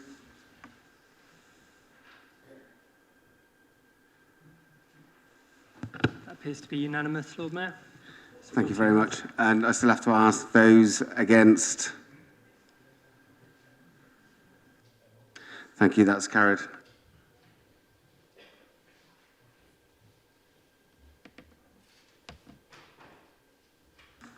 I'm just a bit conscious as well with time. So we've got items 13 up to 19, and then we've got questions to members, and then an hour on motions. But I'm sure you won't use this platform for theatrics, and we'll just try and be as quick as possible as we go through the agenda. Thank you very much. Okay, item 13, appointment to external auditors 2023-24 to 2027-28, and we have Councillor Fry, who is the Chair of Audit and Governance Committee, to talk to this. Thank you. Thank you very much. This isn't an ideal recommendation. The external auditors are still late with their audit for last year. However, the choice is between doing the entire selection process ourselves, which will be costly, or continuing with what the PSAA would like us to do. They sent their latest email reminder to Nigel Kennedy and myself saying, are we going to sign up to it? It will save us money. It's not ideal. We're not that happy with the auditor. But I think in the circumstances, I have to recommend this, and which is what the Audit and Governance Committee, I think, favours as well. Thank you.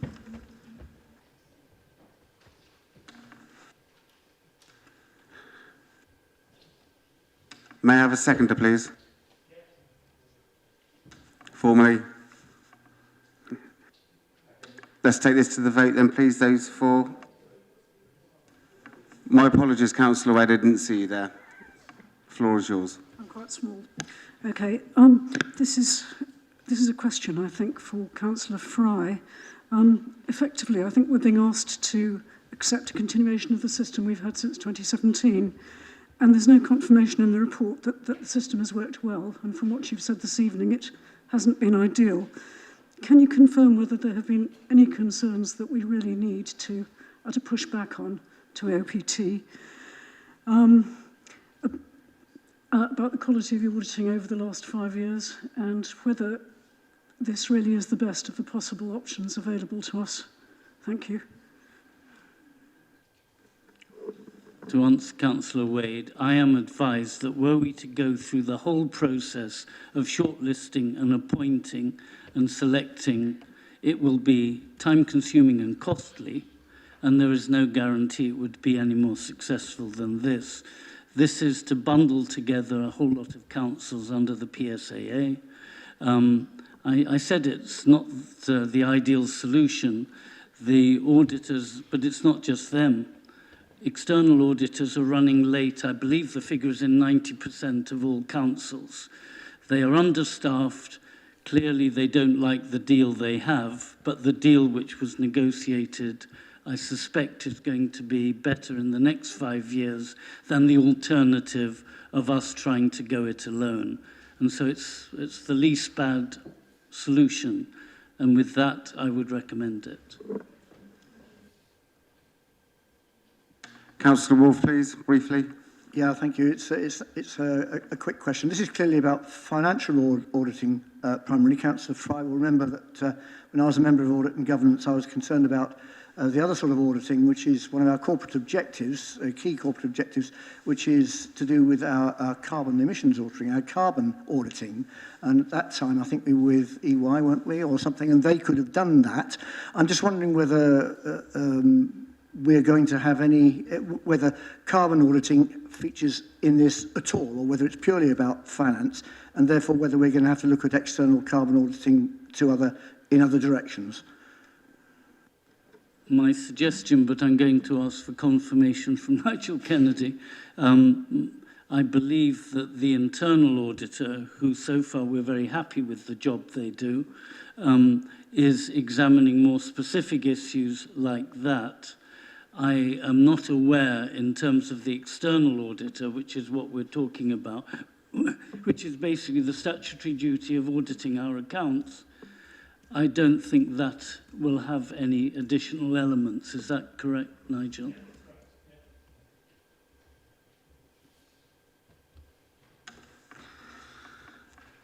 Thank you very much. Okay, we're going to move to the vote now, please. Those in favour, raise your hands.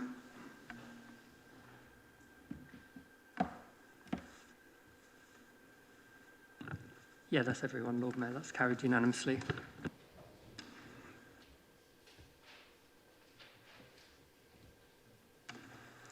That brings us on to item 14, Statement of Gambling Licence and Policy 2022, and we have Councillor Cook, Chair of the Licensing and Gambling Acts Committee, to present, please. Thank you, Lord Mayor. I must apologise. We appear to have the report from the Licensing and Gambling Acts Committee rather than one to Council.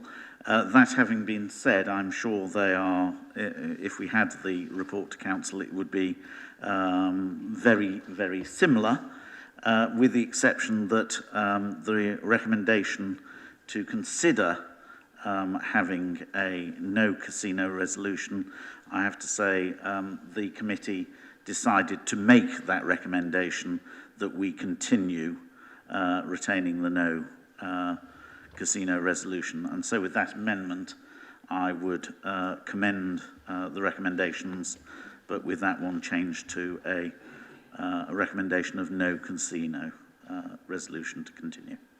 Thank you, Lord Mayor. Thank you, Councillor Cook. No other questions? Do we have a seconder, please? Councillor Rowley, thank you very much. Appreciate that. And move to a vote again, please. Those in favour, raise your hands.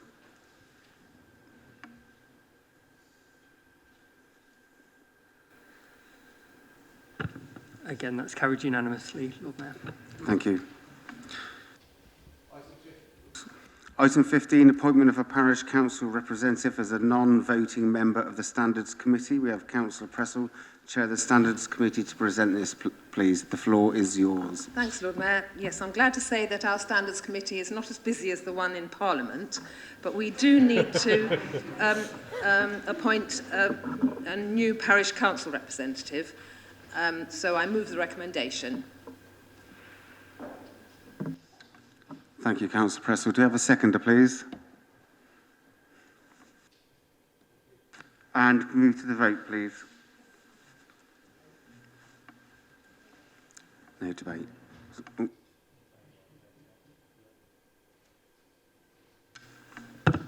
Again, unanimous, Lord Mayor. It's carried.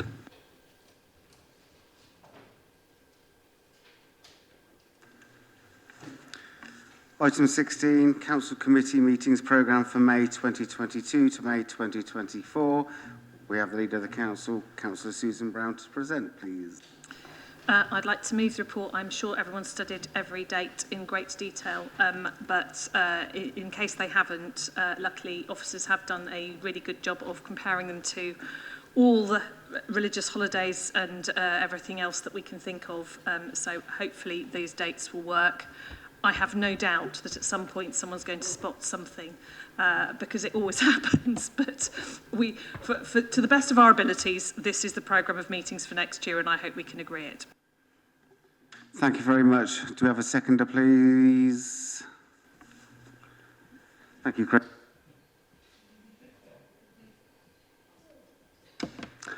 Item 17, Cabinet Minutes. So, sorry, my apologies, yes. Move to the vote, please. Those in favour, raise your hands.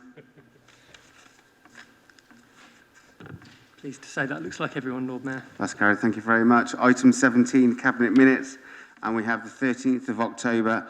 Any speakers to the floor, please? Councillor Andrew Gant and Councillor Smoke, all yours, please. Thank you very much, Lord Mayor. This is about item paragraph 53, which is on page 252 of our main agenda on the item of the long-awaited Grenoble Road development. My apologies for the Deputy Lord Mayor for my pronunciation of that word, the name Grenoble. I'm struck by the phrase in this paragraph, partners would not necessarily support City Council proposals for conditions which went further than those in the SODC local plan. The key ones, bearing in mind experience at other similar developments, are how much housing do we actually end up getting? How much of that actually ends up being affordable housing?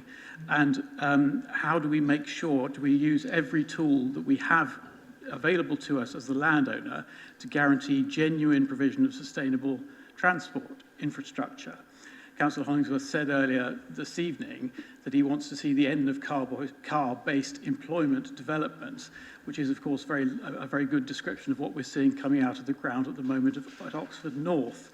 So how will the city, under this, the option that it has chosen for this site, ensure that the result is better for Oxford and for the residents of this new development?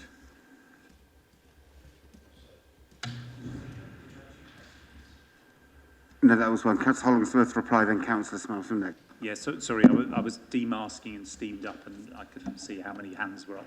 I think Councillor Gant asked a very good question, and obviously some of this report was considered in confidential session, so I will answer as we're in open session, and I'm very happy for further conversations at an appropriate time, either informally or formally, to be had in a confidential session. That paragraph, that sentence in the report, I think points to the limits on what we can do by working in partnership. I think the first thing I would say is we can do much more by working in partnership than we could trying to promote our piece of land on its own. And if you look at the maps which came with the report, which show which pieces of the three land holdings where the ownership and the development potential overlap, we're doing quite well out of that. And there is a process of sharing the cost and sharing the benefit across the three land ownerships, which I think is critical to the process. My point is that the SODC local plan sets policies which are slightly different to ours when it comes to social and affordable housing. The three partners are committed to meeting those. I would like the city to go further. I think it is fair to say, as this suggests, that our partners would not wish to make such a commitment because they've got other objectives, and I think that's a reasonable thing to do. The scheme potentially produces a significant return to this council. What this council then does with that return may open up further opportunities. Those opportunities are finite. There won't be some kind of magic money tree approach, but potentially the option is there to invest in further social housing, or it could be in environmental issues. And just to pick up your point about connectivity, this site is easily accessible to the Cowley branch line. The recent Network Rail announcements, though slightly smothered in announcements about rail investment or not in the north, is really critical. I am hopeful that even the partner in these three who is most in favour of what I termed car-based business park development is keen to change their tune on the basis of the opening of the Cowley branch line. So we have a real incentive to work with Network Rail and all our partners and with SODC to ensure that that happens. I hope that's conveyed sufficient without breaching confidentiality. I didn't hear any shouting from the officer table, so I think I'm okay. Thank you. Councillor Smarlton, please. Thank you, Lord Mayor. Two questions for me, one on behalf of Catherine Miles, who is regrettably ill and can't be present this evening. She writes, pertaining to the ASB policy that went before Cabinet recently, that on multiple nights of the week, particularly Wednesdays, there are large numbers of students chanting as they travel to and from the Cowley Road to go to nightclubs and on the way home. They cause significant disturbance to the residents in the area, but the individuals involved are unidentifiable, and there seems to be no recourse via the council, the police, or via Oxford Brookes community complaint line. How will the new policy deal with this issue? And then the second question from myself relates to item 17B, discretionary housing payments from the Cabinet minutes of the 10th of November. The Cabinet report on that described, quote, operational changes regarding how certain benefit-capped families receive DHP in an effort to stay within budget. Presumably it is implied to pay less of them. How many families have had the DHP reduced or withdrawn as a result? And what criteria were decided for who gets their DHP reduced or withdrawn?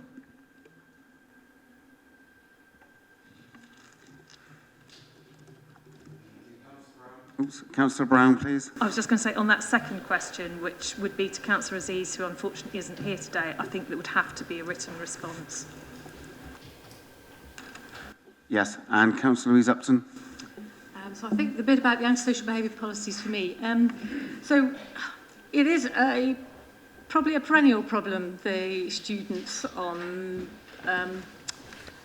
creating lots of noise in residential areas.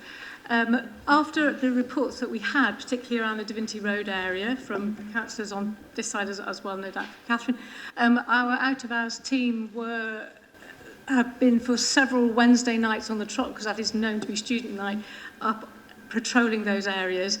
And apparently the last few Wednesdays there has not been much activity. So I'm hoping that it may have just calmed down as these students have realised time's going on and we need to do some work now. But meanwhile, like I say, we meet with the university security services. Brookes are a fairly good partner at trying to deal with this, but we will continue doing that and with the local police. Okay. Thank you. No other questions? Noted. Okay. 10th of November. Any questions? I take that as a no. Thank you very much. Appreciate that. And that takes us on to item 18, which is questions on notice from members of council. I just want to remind council, we do have a lot of replies in there as well. We could be here till 10 o'clock. The choice is yours. It's important we get to the motions, which is going to be for an hour, but I'll leave that in your hands. Okay, so item 18, bear with me. Councillor Louise Upton. I'm ready for any supplementary. Sorry. Councillor Jarvis's jumping the gun then for a supplementary, but the floor is yours. Thank you. Obviously, the written response we've got in the papers was written last week, and in the last few days we've had quite worrying news about the new variant of COVID. So I just wanted some clarity perhaps on what has changed in regards to plans for mitigating the spread of COVID, given the worrying news we have, and also in light of the fact that it appears that we're going to be getting more and more restrictions being imposed from national government and a greater focus on self-isolation, what additional support people will be given to enable them to self-isolate as those restrictions tighten. So, as you say, it's a fast-changing picture, and I mean, we can follow many of the things that are happening. I'm just seeing BBC News about bringing in a shorter gap before we have boosters for all adults. I mean, I guess the City Council, we have to keep doing what we have been doing, which is to supporting businesses, etc., to reduce their risk of spreading COVID. I mean, we just have to take national advice as it comes down to us and be as sensible as we can. Everyone in here tonight is wearing their mask. If other interesting, exciting things come up in the next few days in response to this, I will get back to you. Thank you. Councillor Jarvis, Councillor Upton again, please.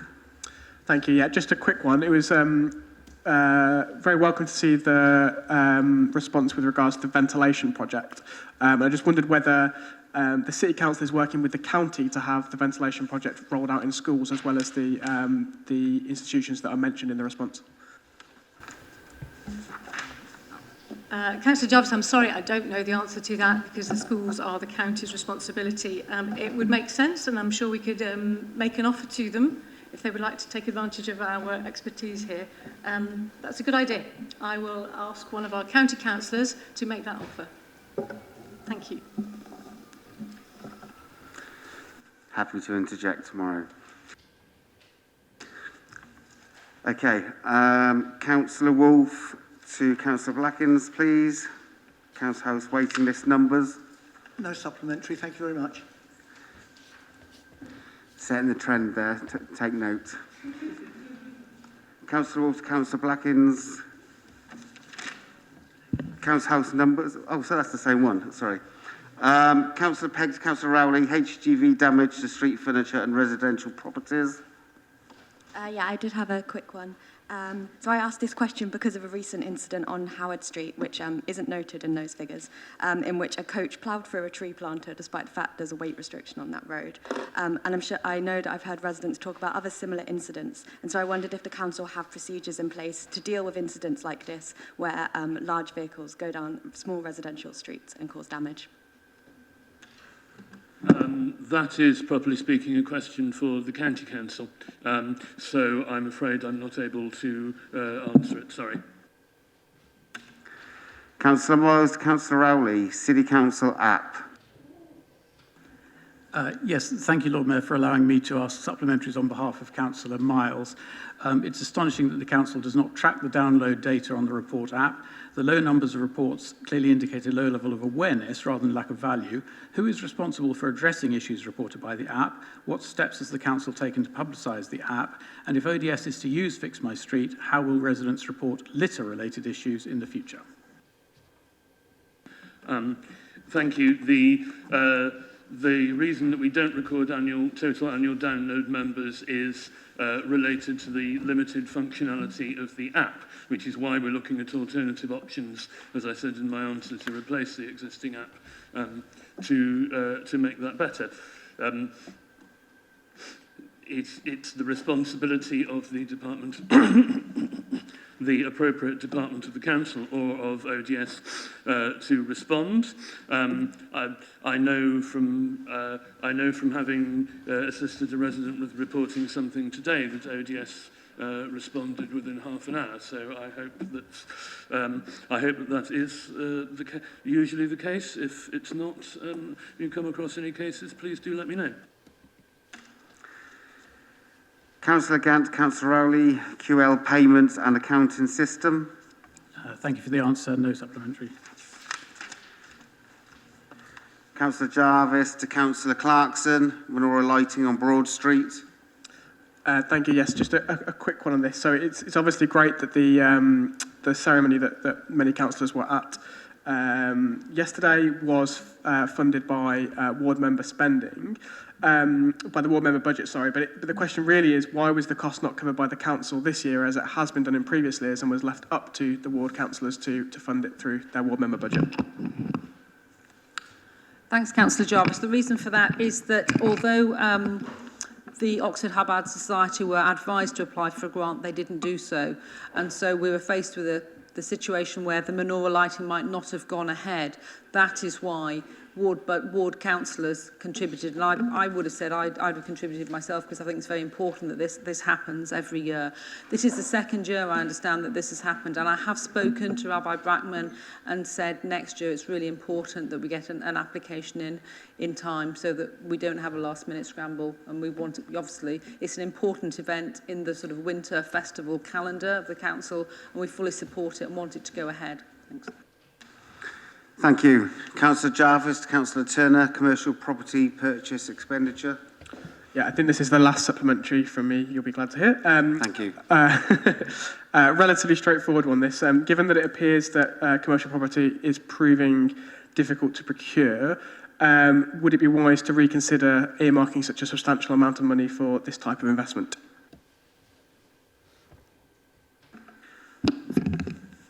Well, the Council, Lord Mayor, will need to take a view on that when it sets its budget as advised by officers.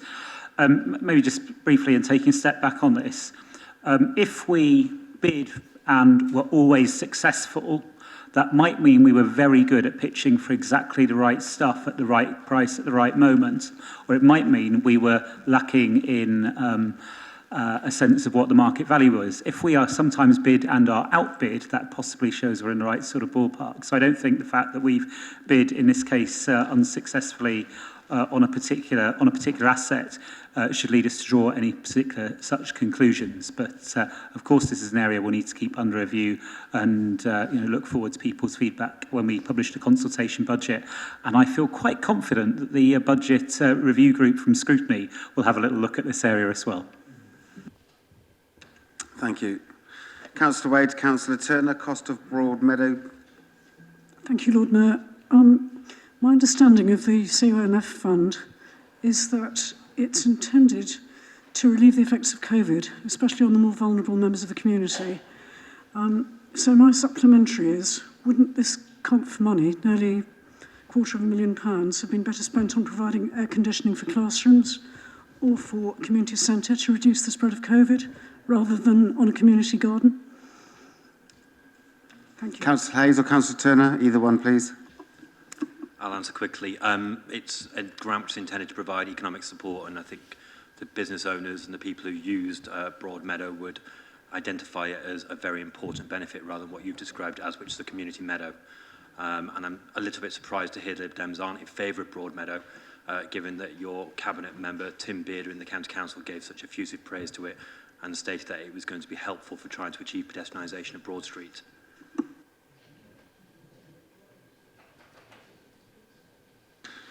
Okay, let's not get into debate, please. Next question, please. Councillor Wolves to Councillor Hayes. ZEZ expected air quality improvements.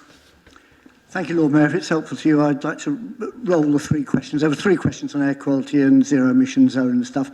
I'd like to thank Councillor Hayes for his entertaining response to my little prod about the zero or not zero emission zone for answering questions I didn't ask about another authority. But let's ask a real kind of question. I mean, the issue is whether we are going to know, basically, whether our zero emission zone is going to have achieved anything, because the early signs from London seem to be that they're not. So what sort of monitoring have we got or are we going to have before it goes in? Will it be live monitoring? So that we've got then something to follow it up with afterwards, you know what I mean? And it kind of needs to be live rather than just monthly diffusion tubes, because that won't really tell us really as much as we need to do. So I'm just not sure what monitoring we're actually going to have in the zone and what we're going to have through the whole process. Thanks. Lord Mayor, in the interest of time, I will send you an email, which I'll copy to all members, which explain exactly what network of air quality monitoring will go into place and how we'll be confident about the impact. That would be ideal for the next two questions, but that's not down to me. Councillor Wolfe, to Councillor Hayes, ZEZ Classic Cars. Yeah, all three questions, Lord Mayor. You can move on to number 4, I think it is.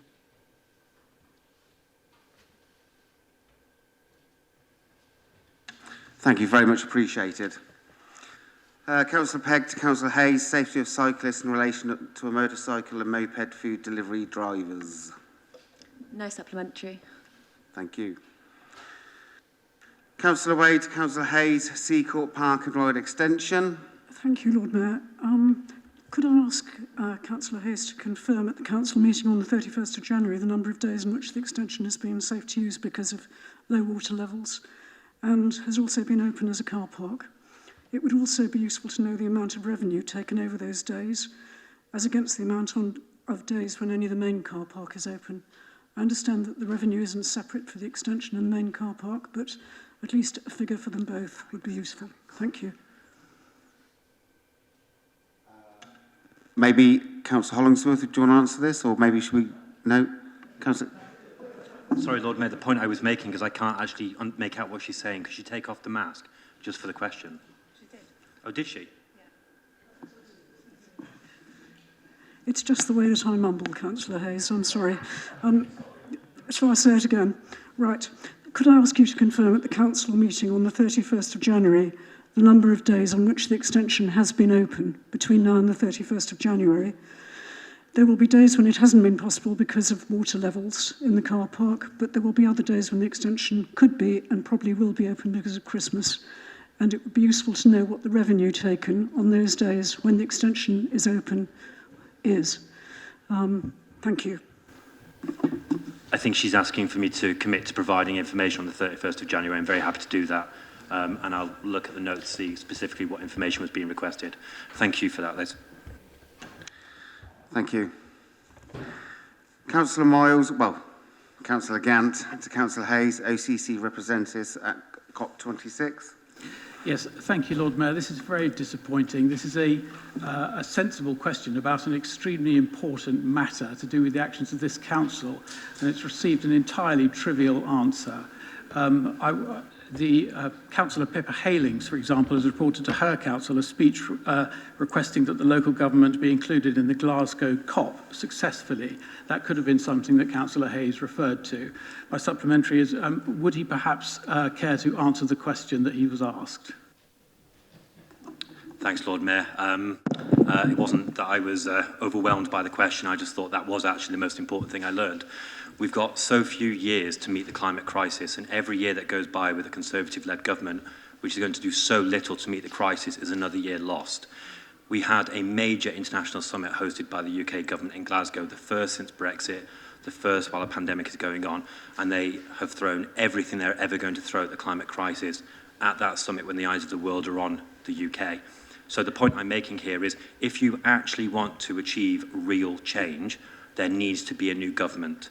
That's the point I'm trying to drive home. If you want me to talk about what I learned from talking to other local authorities, I learned that Oxford is widely admired as being a leader among local authorities in tackling the climate crisis, that there is a community of local government which is really keen to be working together to tackle our issues that we share in common, and that the work and the networks which already exist where we're sharing information will be strengthened as a result. I spent quite a lot of time with UK 100, which is a major network of local councils, and they're taking forward the things that we learned from having those conversations. I'm happy to give you further updates if you want, but I have to say the most important change that will come is at the national level. And if we waste the years that we need to save, we're going to have real problems with our climate crisis. So I don't think it was a trivial point. I think it was an incredibly important one. Thank you very much. And I don't mind, but I've got all night. But just to remind Council that we've got 50 more questions. An average 3 minutes per each question is 45 minutes plus the hour on motions. So just bear that in mind, please.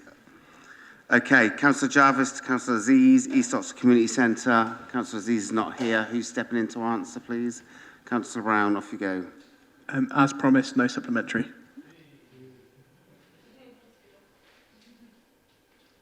Let's set the trend here. Okay. Councillor Pegg to Councillor Arshad. Tree felling, Donington Ward. No supplementary. Councillor Pegg to Councillor Arshad.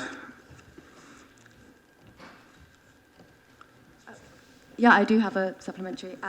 So I just wanted to clarify something. That written answer says that no glyphosate is used in parks or green spaces in Oxford. And then later on it says that all trees are sprayed at the base with glyphosate. So I wanted to clarify, is glyphosate used in parks and green spaces in Oxford?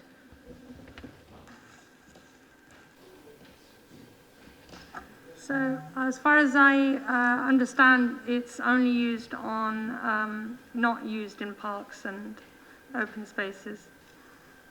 But I can confirm and get a written response just to be sure. Is that okay? I think Mike wants to add something. Councillor Rowley. On a point of information, because I believe it was me who gave the previous response, or a response previous to that. It refers to trees which are in grass verges. Thank you. And if we can just have written confirmation by email, please. Thank you very much. Bear with me. Councillor Gant, Councillor Arshad, Cutslow Park. Yeah, I will be quick, Lord Mayor, but I just simply couldn't let pass the statement that the vehicle movements in Cutteslow Park are for 10 minutes at 7 a.m. That is just simply not the case. That is just simply wrong. Please come and see for yourself. But my question is, I think that the mixture of large vehicles and park users is unsustainable. Do you?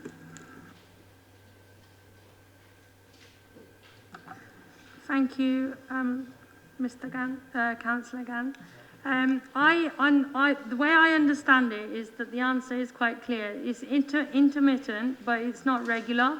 So obviously, given between the hours of 7 and 3, it's not like really, really busy. It's just sometimes for the drop-off.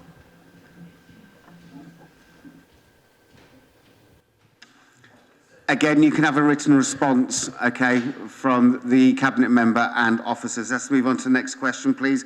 Councillor Gant, Councillor Arshad, biodiversity net gain, please. In interest of time, no supplementary, Lord Mayor. Councillor Gant to Councillor Arshad. Oh, sorry, it's the same one, same page. Councillor Belly-Summers to Councillor Hollingsworth, Littlemore Ward Infrastructure. Yeah, it's just some clarification. It says here that two of the sites in Littlemore are going to raise funding for new buses for public transport improvement and the creation of new bus stops and highway infrastructure with the county council. So at the moment, buses services are being cut in Littlemore. So I wonder, do we have to liaise with the county council regarding this?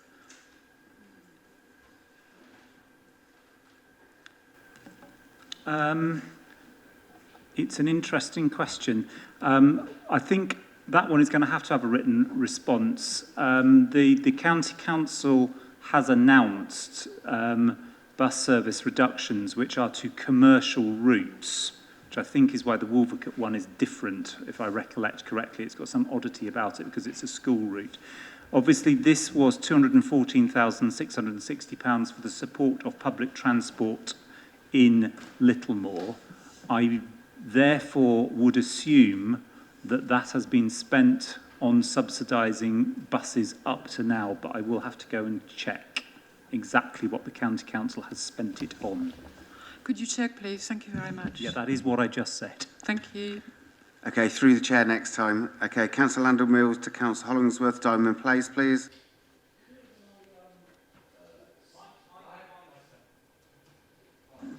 I've got 3 questions. If I could ask 2 supplementaries for the price of 3, I would be grateful. Sorry? They're yes. Just one and one only. I've got 3 questions. I'm trying to reduce. My apologies. Has the CCG responded to the City Council in a positive way?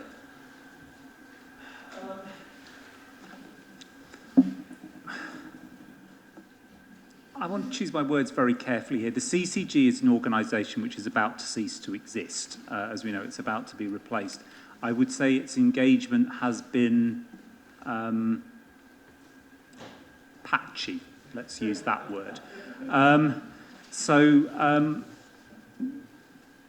I am hopeful that as the question begins, so not your question, but the question that the CCG needs to face becomes a more concrete one, that their somewhat patchy engagement.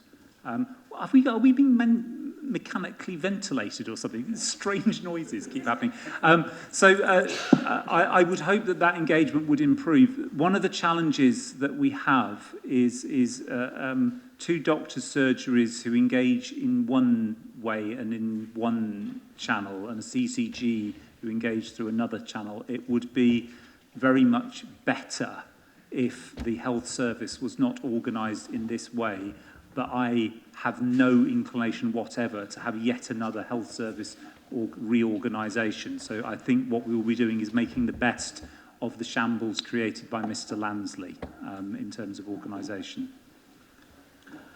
Thank you. The next one was, what does the City Council think about a phased development so that the community is not waiting indefinitely for all the ducks to line up in order? I'm much more concrete ground on this one. The difficulty with the phased development is that we've got two landowners here, Oxford University Development, so the Oxford University and through them their Oxford University Developments Partnership, and you have the City Council. If there is a phased development with the City Council's land first, you would lose a substantial amount of value from the development because our land is a very odd shape.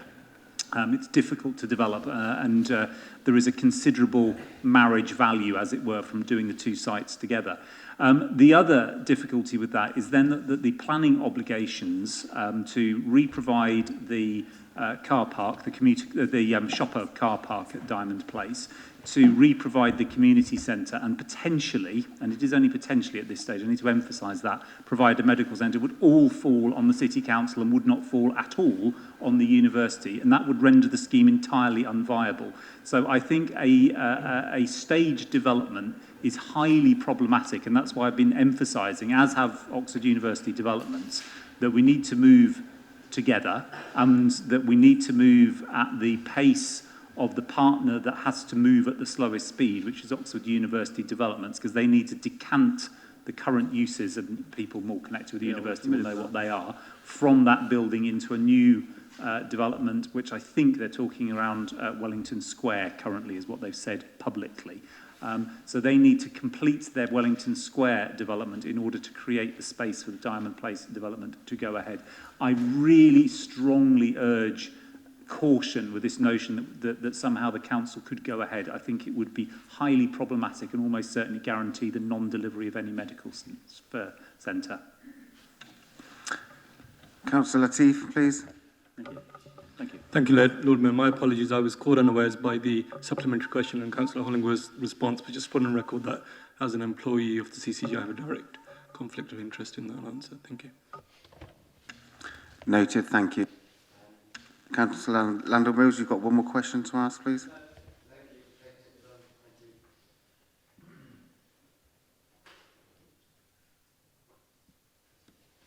Councillor Gant, Councillor Hollingsworth, active travel route from North Oxford to Parkway. Councillor Hollingsworth appears to have asked me a question, so I have nothing further to add apart just to thank him for the response. I think we're very much on the same page with this, and I look forward to working together with Councillor Gant to achieve a good outcome. That's what we like, a very friendly council. Councillor Jarvis to Councillor Brown, vacancy rate for city centre retail units. No supplementary. Councillor Wolfe to Councillor Brown, support for Cave Street small businesses. No supplementary, thank you very much. Councillor Wolfe to Councillor Brown, Cave Street. The same, Lord Mayor, thank you. Well done, everybody. Okay, we're into the last hour and a half.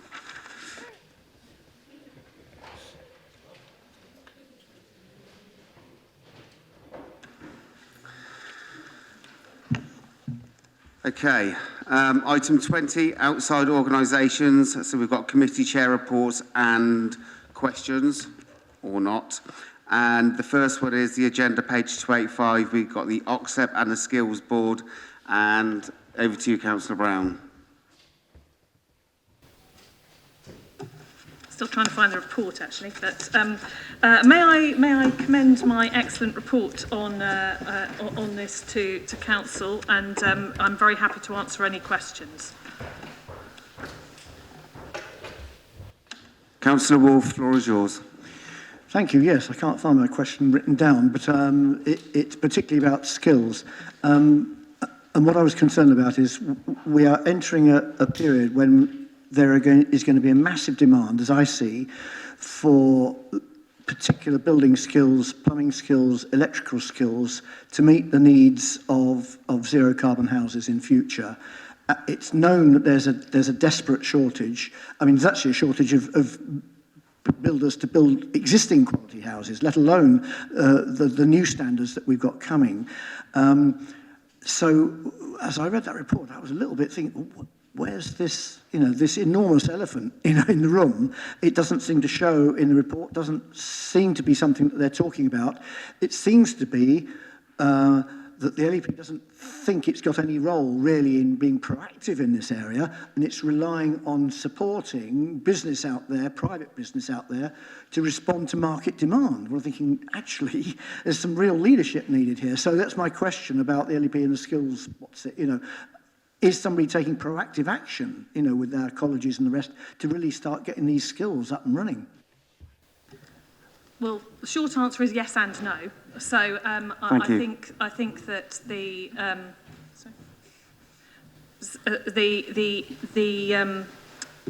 work of Oxlep in this domain is not easy, because they don't necessarily have the powers to sort of set up the sort of skills training that is required. But the discussions that we've had both through Oxlep and through the ARC and with government and through the Growth Board, Future Oxfordshire Partnership, my bad, through all of those different organisations, and indeed through ZCOP as well, these are really important issues that you're raising, and we completely recognise the shortage of skills in nationally and internationally in those areas, let alone locally. And these are really important areas for us to develop in the future. So we are trying to find ways in which we can get that skills development and training embedded in our local educational institutions, and also in workplaces through apprenticeships. And we've got in Oxfordshire many different organisations who could be really helping us lead the way, because they are providing work in that area, in those sorts of areas, and therefore would be ideally placed to provide some of that training and apprenticeship. So where we can, we're getting involved in doing so. But I mean, it's an issue that I've been raising at government level for some time, the inability of local government to really get involved in planning the sort of skills training that we would like to see.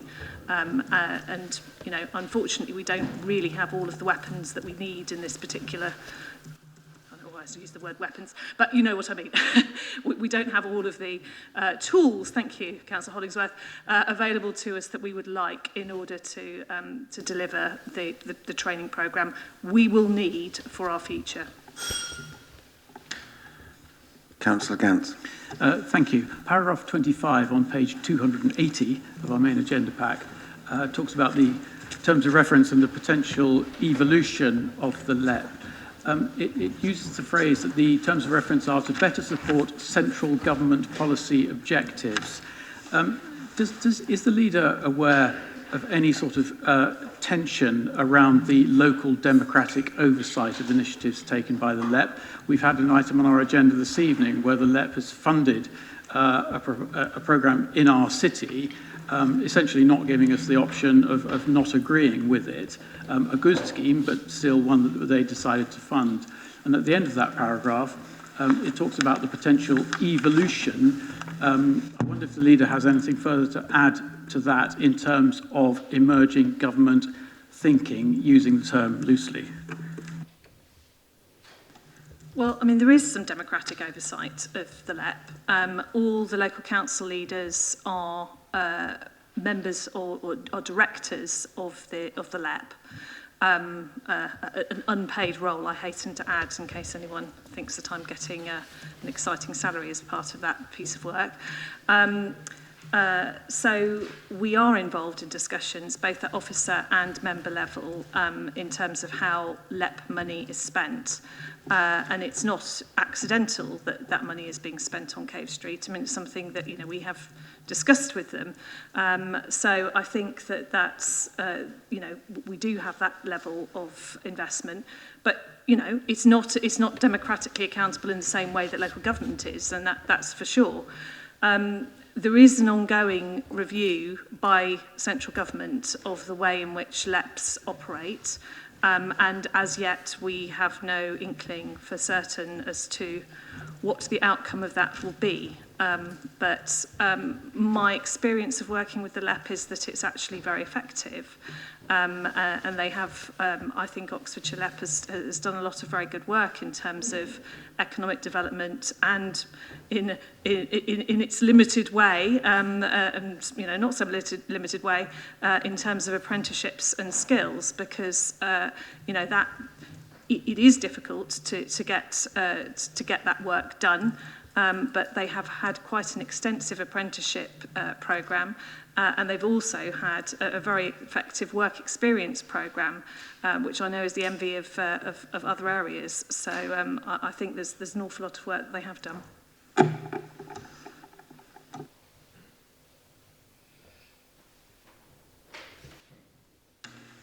Okay, the Oxford Strategic Partnership, Susan? Again, I move the report. I'm happy to answer questions. Open to the floor. No questions. Okay, we'll now move on to item 21, which is the Scrutiny Committee normal scrutiny update. Sorry, not the annual report as stated in there. Councillor Wade. Thank you, Lord Mayor. I'd like to follow the leader's example by commending my report to you and leaving it there, but I suppose I should raise a few bullet points and then leave it open to questions. First of all, thanks to everybody. Thanks to the committee and the panel members who've read voluminous reports, and thanks to the officers who've attended our meetings and given very thoughtful replies to our questions.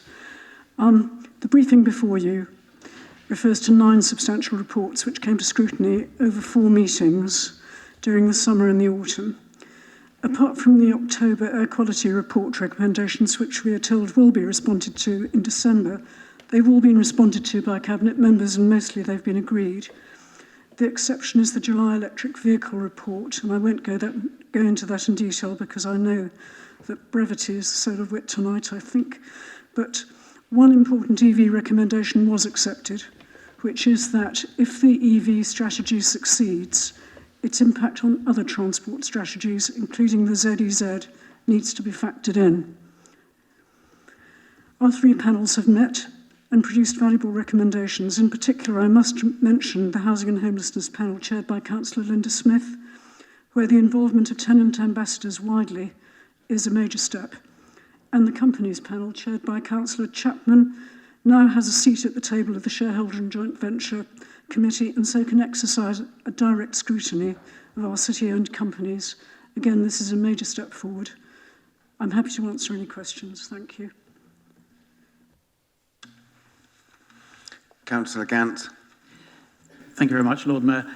2, and I'll try and be brief. Paragraph 4, this covers not dissimilar ground to my question to Councillor Brown about democratic oversight of strategic regional issues.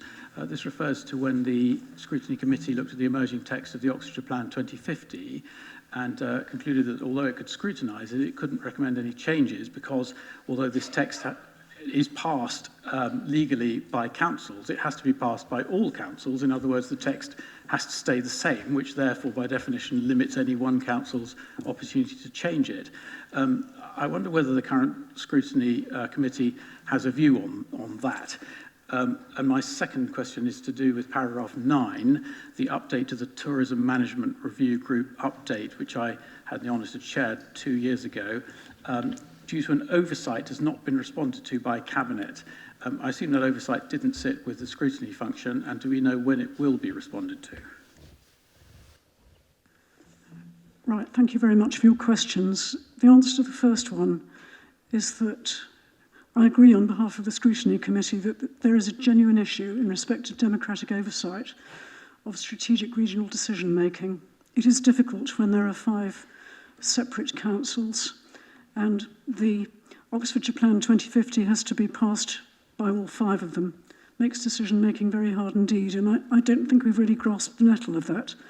We discussed it at the Scrutiny Committee when the Oxfordshire Plan 2050 came up, but there was no answer that particular evening. But we do need to explore it. Personally, I'd hope that documents of this kind get as much democratic input as possible, including coming to full council meetings like this one where that's possible. In reply to the second question, Scrutiny debated the tourism review. Yeah, I'm sorry, Alex? Okay. In reply to the second question about the tourism review update, Scrutiny debated this at its September meeting, and we do await a response from Cabinet. I don't know the nature of the oversight referred to, but it wasn't on the part of Scrutiny or on that of our officers. I will look into this and will let you know the answer. Thank you. Alex? It's questions, isn't it? Yeah. Is the Scrutiny Chair aware that as the Oxfordshire 2050 plan will be a statutory planning document, each council's full council will need to adopt it. So it will indeed come to this council. And would she ponder on how best to engage the scrutiny function either at a county-wide level or at a city level at such a time as to maximise the potential for input into that document, given the limitations that there are on statutory planning documents under Regulation 19 of the appropriate Act? Thank you very much, Councillor Hollingsworth. I've been pondering this ever since the question came up, and it's a difficult one because there are a whole jigsaw of councils, each with different views. But yes, it's a question that we have to, it's a nettle, if you like, that we have to grasp, and we haven't grasped it yet.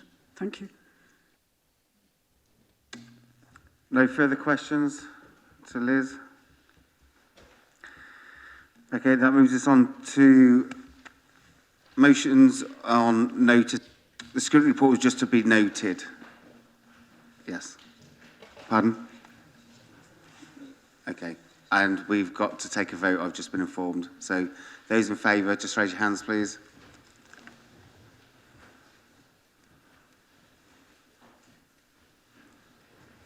That appears to be everyone, Lord Mayor. Thank you. I'll just wait for the officers to leave first and then we'll start on the motions.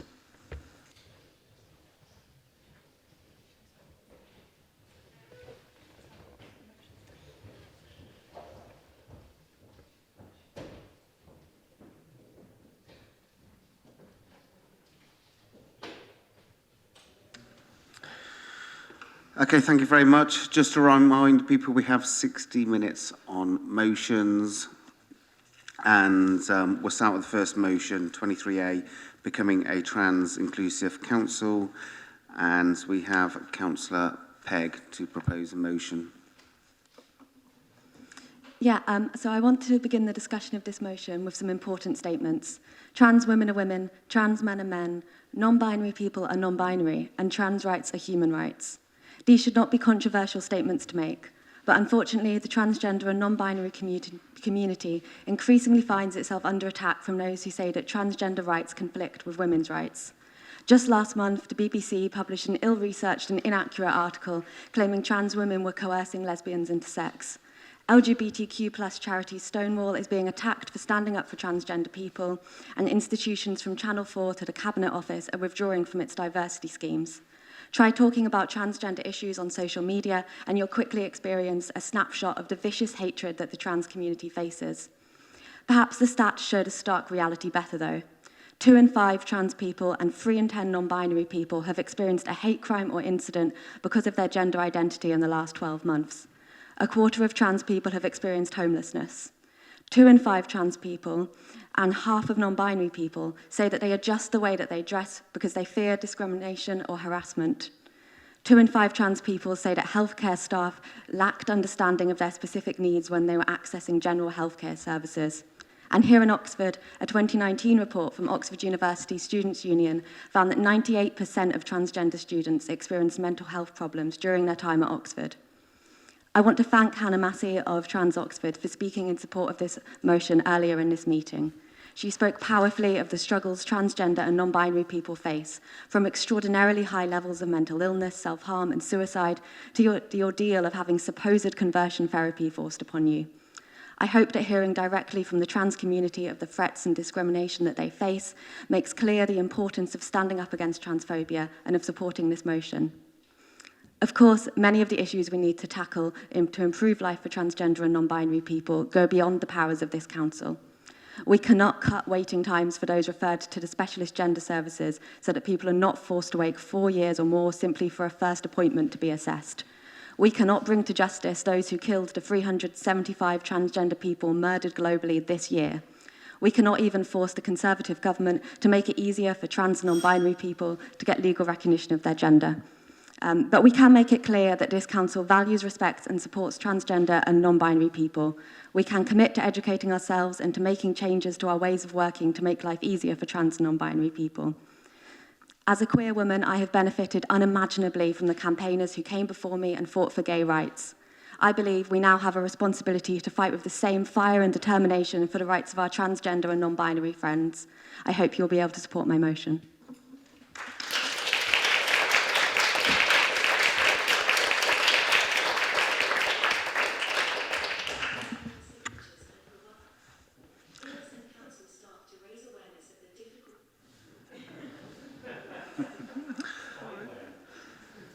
Just before I ask for a second, my apologies to mention this now, but I didn't mention it earlier, that Declarations of Interest is mentioned that ARC-T is one of the Oxford Lord Mayor's charities.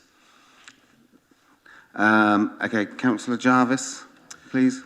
Yeah, thank you, Lord Mayor. So initially I'd prepared a slightly different speech for this motion, and it was one which talked about why each line of it would improve the lives of trans people in our city. But in the last 48 hours, we've seen a wave of online abuse following media coverage of this motion that I think illustrates why it's so important that we pass it here today. So I wanted to speak a little bit about that. So both myself and Councillor Pegg have been referred to in the last 48 hours as morons, as creepy, and as engaging in scary stuff for proposing this motion. We've been described as being part of a sinister totalitarian cult, of being determined to shove gender ideology down everyone's throats, and being part of the trans Taliban. One person has asked the council to tell me to take a long walk off a short pier. The motion has been described as fascist, utterly pathetic, and concerned with the sexual wants of the mostly middle-class male fetishists. It's been suggested that the only difficulty facing non-binary people is self-imposed victimization, and that non-binary people almost always have severe mental illness. Trans people have been described as wanting a fast track to council housing over other marginalised groups, and a fast track for services we all wait for. One person says they don't give a flying F about trans people's feelings or wishes. They say they've gone from calling trans women women to calling them men, and that they are sick of perversions and kinks having to be respected. This is just the smallest snippet of the abuse and discrimination that trans and non-binary people face day in and day out. I first came out as non-binary in 2013. And at the time, that was mostly met with confusion and indifference. There was barely a flutter of hostility. I went on to become a student union officer and proposed a trans rights policy, very much like this one, and introduced gender-neutral toilets to our student union building, as this motion calls for. The pushback was minimal and the support was high. But 8 years later, today, what happens when a 20-year-old student comes out as trans or non-binary in the current climate? What happens when they introduce gender-neutral toilets in their students' union? We're in the midst of a manufactured moral panic about trans and non-binary people, and it's putting people's well-being and safety under threat. Just like in the 1980s, the right-wing press and the Tories whipped up fear, hatred, and misunderstanding about lesbian, gay, and bisexual people, so we are seeing the exact same forces attacking the LGBT community and our institutions today.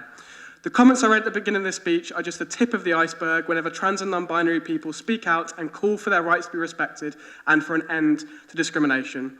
Now, Oxford should be a beacon of 30 hope, seconds. inclusivity and safety for all, so I urge all members to show that today by supporting this motion, rejecting the rights culture wars and standing shoulder to shoulder with our trans and non-binary siblings.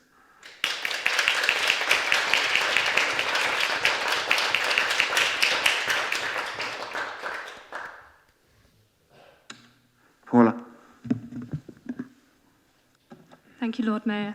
I want to add my support for this motion as trans people today are disproportionately affected by homelessness, unemployment, poverty and an increase in hate crime. There's been a recent surge of transphobia in the mainstream media with rampant scaremongering about the safety of women and women's facilities that has no basis in fact. It also ignores the reality that trans people are among those of us who are most in need of safe spaces to go about their lives and be around people who share their gender identities. Councillor Pegg mentioned the 375 trans and gender diverse people who have been reported murdered in the past year, and these are the ones that we know about. Many more will have gone unreported. 96% of those reported murdered this year were trans women. Trans rights, as well as the rights of all marginalised genders, is a feminist issue, as we are all oppressed under a patriarchal society, and we should all be united in our struggles and fight for a more equal and compassionate world. All LGBTQ+ people, myself included, owe the rights we have today to trans activists' fearless protest and passionate advocacy. This council stands with trans people and for trans rights and should continue to make our city an equal and safe place for trans, non-binary and gender non-conforming residents. Before I end, I just want to say to Lucy and Chris that I'm really sorry you experienced abuse because of the motion. It's not acceptable. And it's also, you know, this is the reality of what our trans siblings are facing day in, day out. So I encourage everyone to vote in favour of this motion this evening.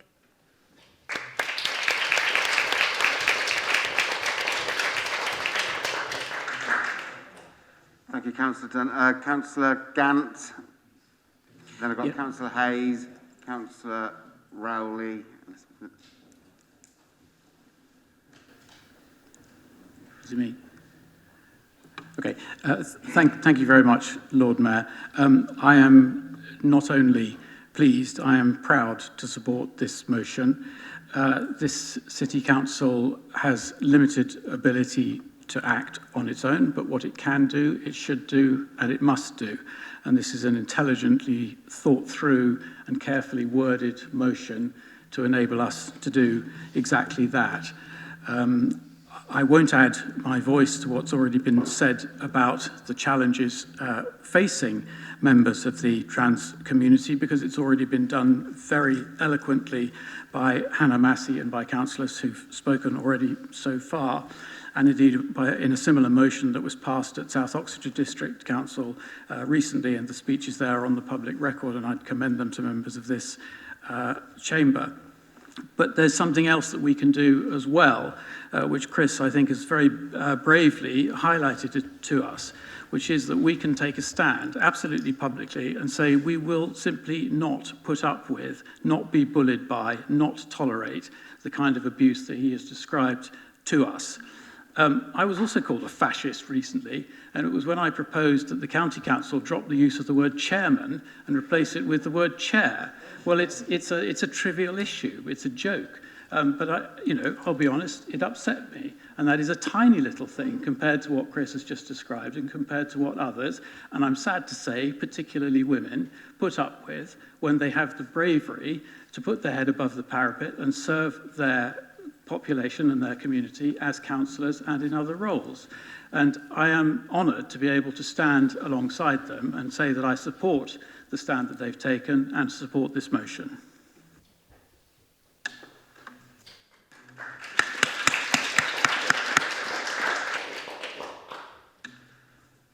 I have Councillor Hayes, then Councillor Rowley, then Councillor Mundy.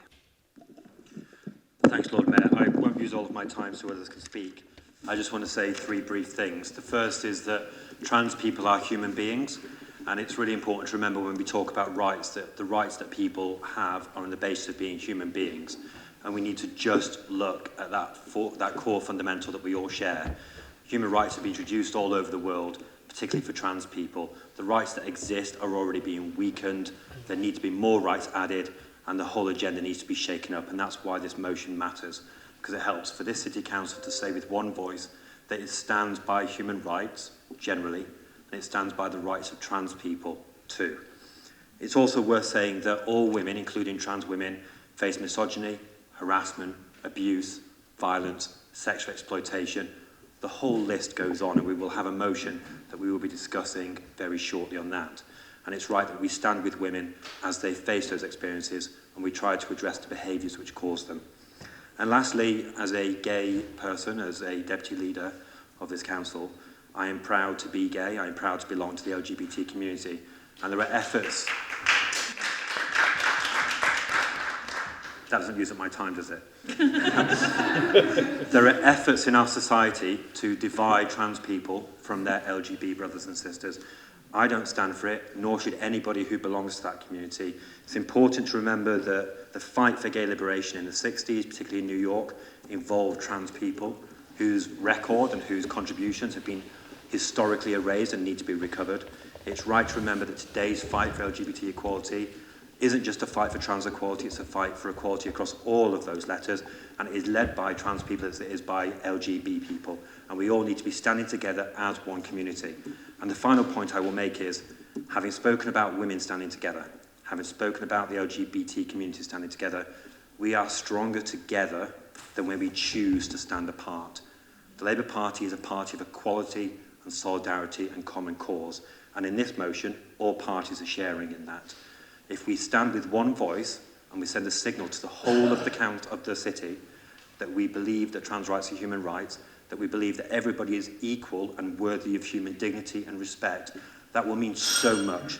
And it will matter so much because some of us in this chamber who are LGBT know what it is like to be othered. We know what it's like to feel shame because we are different, to be judged because we do not fit in.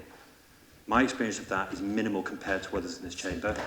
It is minimal compared to what trans people in our society feel. If I can experience just one part of that and know just how much worse it is for the trans people in our city, I hope all of us can know that too. And we will try to remedy the abuse and harassment which is causing trans people 30 seconds. to feel less than human. I'll rest it there. Thank you.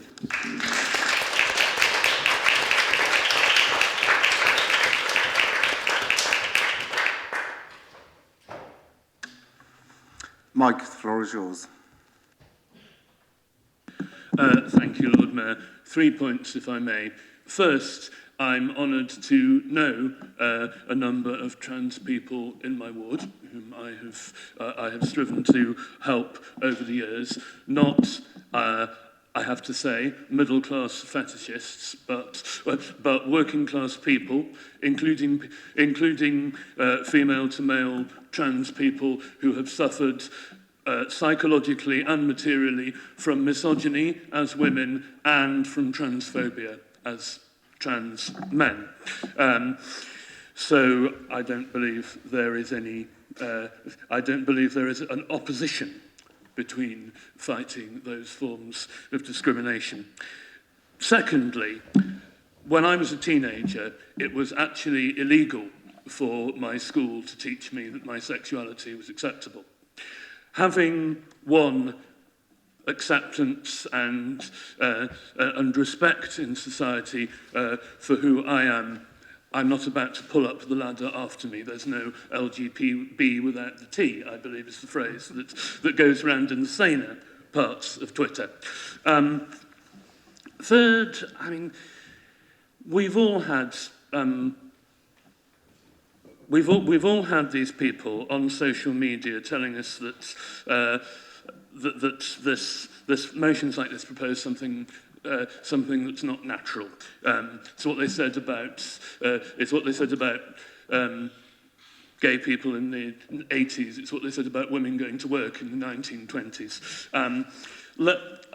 Let's take them on. He's been mentioned once already today. So although he wouldn't have recognised what a trans person was, let's have Matthew Arnold responding to a bigoted priest who said who said something similar about, I can't remember what. No, we have all that nature has, but more. And in that more lie all our hopes of good.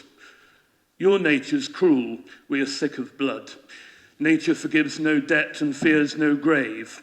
We must begin, know this, where nature ends. We must begin where the understandings of some people about what is natural and what is not end. We are beginning here as a council to include everyone in our city, irrespective of gender identity, sexuality, or whatever, and that is a great thing. Thank you very much, both of you, for bringing this motion.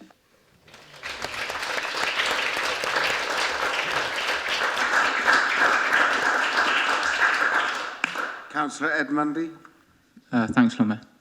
So, as I hope that we can all agree, our society is only as enlightened as it is in its treatment of our most marginalised groups. For years, our trans communities in the UK and across the world have faced oppression and direct and indirect discrimination. It could be easy, as a cisgender person, to think that to oppose outward discrimination is enough, to think that to hate vile abuse from afar is all that can be expected. But as this motion shows, we can and must do more. Our trans community must feel safe on our streets and be fully included when accessing our council and non-council services and working and applying for work, in full recognition of their own identity. Like many important issues, there is often more to learn. And on reading this motion, I've considered ways that I myself can do more to show how important it is to me to welcome the trans people in our community. So I'm very grateful for the tabling of this motion, and I urge all members to support. Thank you.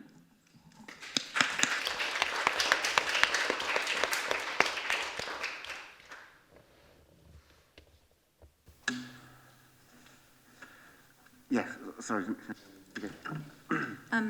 Thank you so much, everybody, for speaking so beautifully, especially for my queer brothers and sisters and siblings in the room. I'm so moved, sorry. Hard to put things into words. One thing I really wanted to say, because rightly we've had to focus on the really sad reality, which is that people do experience horrible mental illness and suffering and pain and abuse.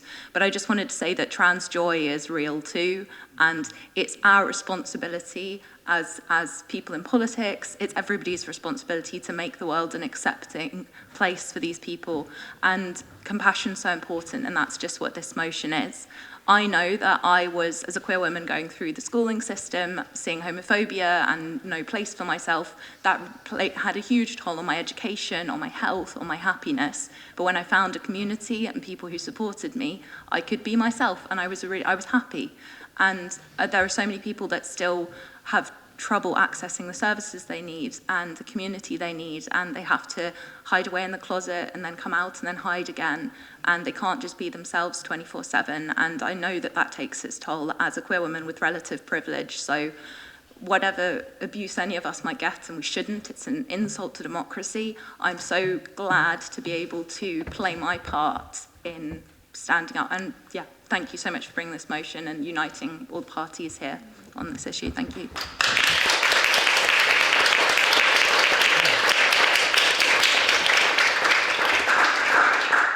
Thank you, Councillor Thomas. Any other questions? Anybody speaking to the motion, sorry? And to sum up, please, Lucy. Yeah, so I do have a speech prepared, but I feel like it's a bit inadequate after all of that. Thank you so much for the outpouring of support. It's amazing, and I really hope that trans people out there can hear this and know that we support them. So having put this motion forward, I've heard from many people in Oxford and further afield about how much it means to see institutions like ours standing against transphobia and supporting trans and non-binary people. We might just be one council in a small city, but what we say matters. And I've already heard from councillors in other parts of the county and indeed the country who are looking to propose similar motions to their local authorities. The fairly simple changes that this motion proposes will show we support trans people and make life easier for them. It won't undermine women's rights or safety. In fact, as many people have said today, being a feminist includes supporting trans and non-binary people. So I'm going to just sum up now. Everyone said so many amazing things, and thank you. And I'm pleased to have you all supporting this motion this evening.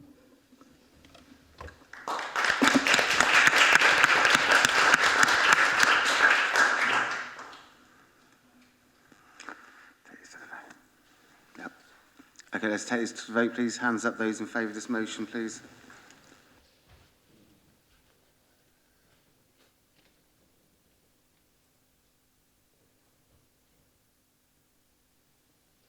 I think that's 38 in favour, Lord Mayor.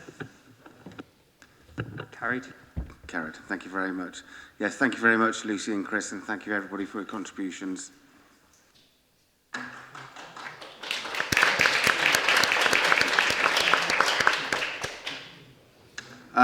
Sorry, just looking at numbers. Those abstaining or against, just for clarity.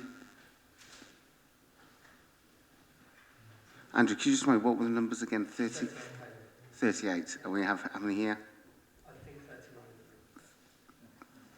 39. Okay. Well,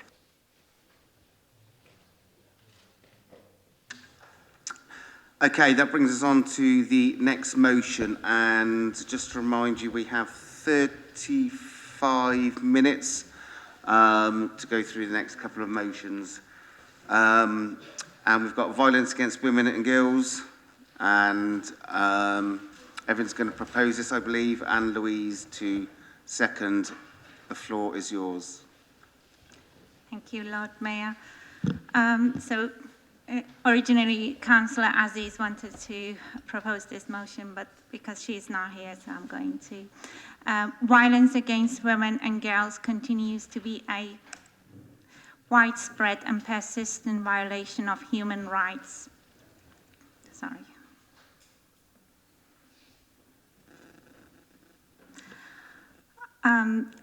Violence against women and girls continues to be a widespread and persistent violation of human rights and an obstacle to achievements of equality, development, security, liberty, integrity, and dignity of women and girls. 1 in every 3 women around the world experience physical or sexual violence, most often by an intimate partner. Over 500 million are forced to marry against their will, with majority being under the age of 18. 200 million have undergone FGM, and over half of all human trafficking victims are women. The White Ribbon Campaign is a global movement of boys and men to end violence against girls and women, and it coincides with the UN's International Day for Elimination of Violence Against Women on the 25th of November.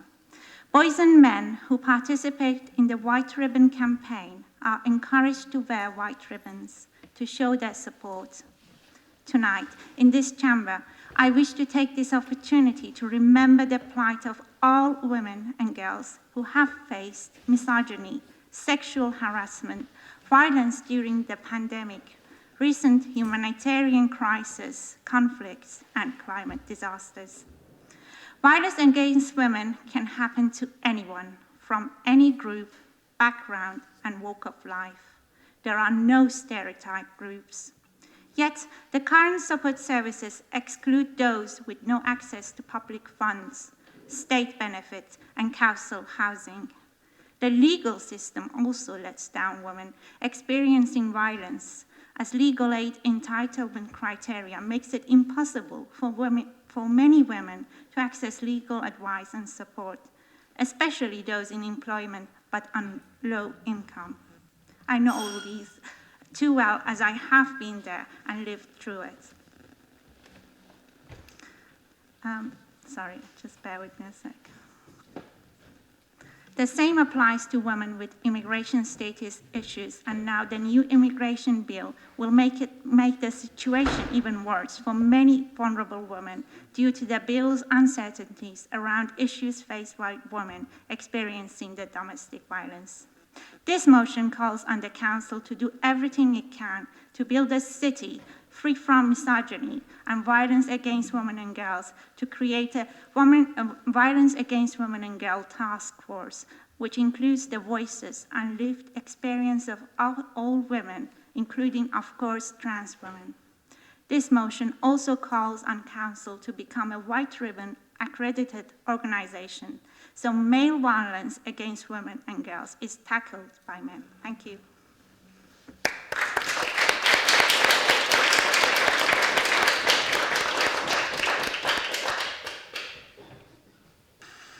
Louise, the second, please. Thank you, Lord Mayor. Last Thursday was White Ribbon Day. That's a day dedicated to reducing violence against women and girls.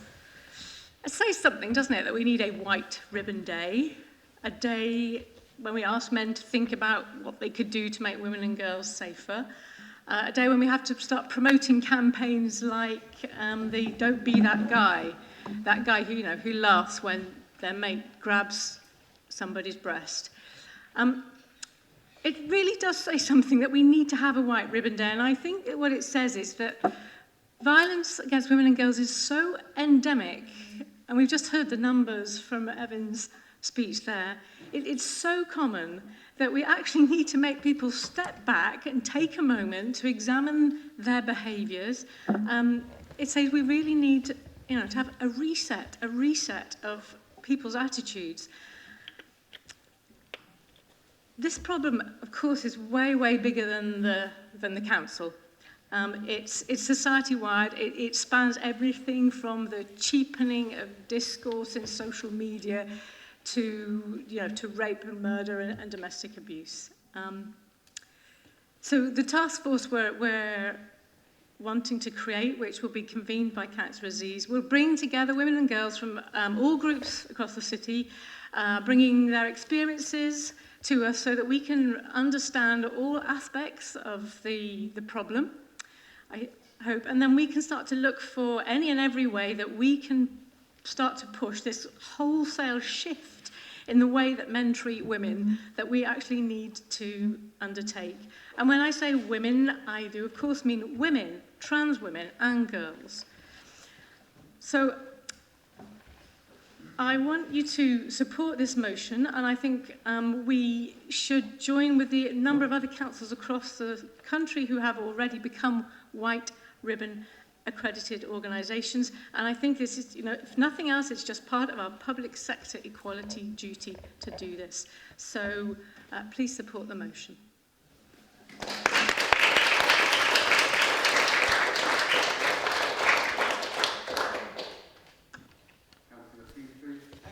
Thank you, Lord Mayor.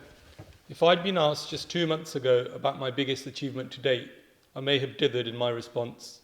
I suffer from that indifference no longer, for just 6 weeks ago to this very day, I became the proud father of a gorgeous baby girl. As members may expect, the last 6 weeks have been filled with many sleepless nights. At the last count, it was 42 in total, which may explain any snoring emanating from this corner of the council chamber tonight. Amongst the nappy changes and the bottle feeding, what has contributed to the sleepless nights is the worry and realization that my daughter has been born into a misogynistic world and society where, due to the presence of her double-strength X chromosomes, she's at significantly increased risk of aggression and violence perpetrated in large part by males. The statistics are stark, deeply troubling, and worth repeating here. On average, 2 women in England and Wales are killed every week by a current or former male partner. An estimated 1.3 million women aged 16 to 59 are victims of domestic abuse every year. Approximately 85,000 women are raped, and over 400,000 women are sexually assaulted in England and Wales every year. 1 in 5 women has experienced some form of sexual violence after the age of 16. Almost 1 in 3 young women aged 18 to 24 report having experienced sexual abuse in childhood. 1 in 3 teenage girls has experienced some form of sexual violence from a partner. These are sobering statistics. I am sure you will all agree. My wife and I have also seen the impact of this violence on a personal level, when the daughter of a friend in her early 20s was brutally murdered by someone she had recently met. We are approaching the 6th anniversary of her death this Christmas, and I can attest to the personal pain and impact this tragedy has inflicted. In the words of her mother, you can carry on existing, but you stop living. I am grateful to our respected members, Councillors Abrishami and Upton, for bringing this important motion before us today. Whilst I hope it is empowering for female members to be able to speak out against this violence, I feel it is important that ridding society of this ill does not fall upon the victims, but rather the responsibility should lie with the perpetrators, who for the large part are men. It is worth considering that whenever a serial rapist or killer is reported to be at large, society calls on women to improve their safety by adjusting their actions in not venturing out alone or at certain hours, for example. And yet, we never hear a call for all men to stay indoors so that it is easier to find the perpetrator. This cannot be right, and this is why becoming a white ribbon accredited organisation is so important. The setting up of a task force is an essential step that we as a council must take to protect and empower women and girls across this city. Currently, it is unfortunately almost inevitable that another murder of a young girl or women will happen, and the setting up of this task force will allow us to consider what concrete steps can be taken so that we can minimise any future tragedy happening on our watch. On a personal level, I owe this duty to my daughter, and on a collective level, we all owe this duty to every daughter of this great city. Thank you.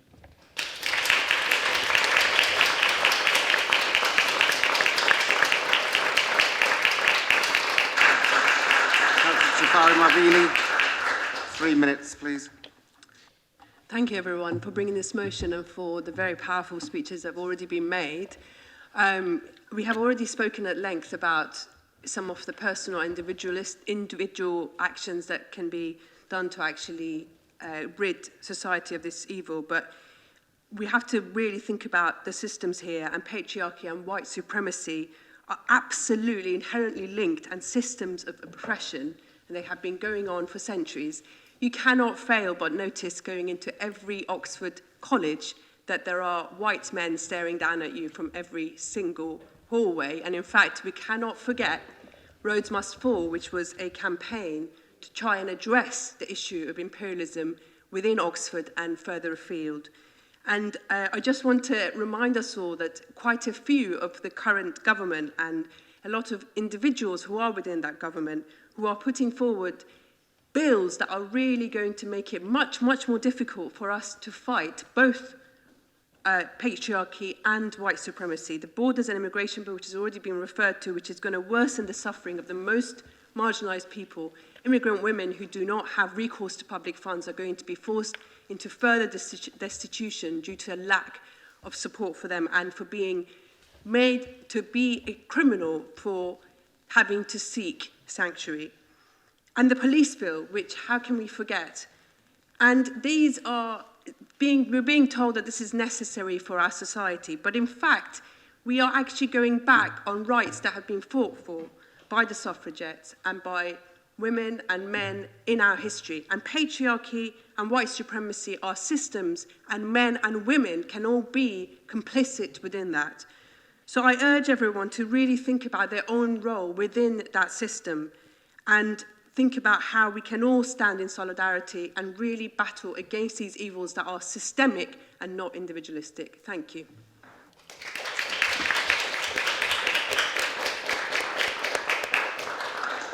Councillor Niall Hartley. Yes, thank you. Thank you, Evan, for bringing that motion. A lot that has been said by Hosne is what I was going to express about systematic responsibility. We saw the death of Sarah Everett this year. We've had a really sad year. I lost my friend who was killed in Manchester by her husband this year. I just also want to express that the toll that it takes on the victims. I have been a victim of domestic violence it is really, really difficult for people to empower themselves, to come forward and call their services to come and help, and then only to find that they are not assisted. That has got to be taken seriously. As a black woman, we suffer an even greater deal because we have issues of such that people talk about they cannot prove our bruises, they cannot prove the type of violence that we are reporting. So this is a really, really serious issue. Thank you so much, Evan, for bringing this, and I hope this council takes this seriously and votes highly on this motion.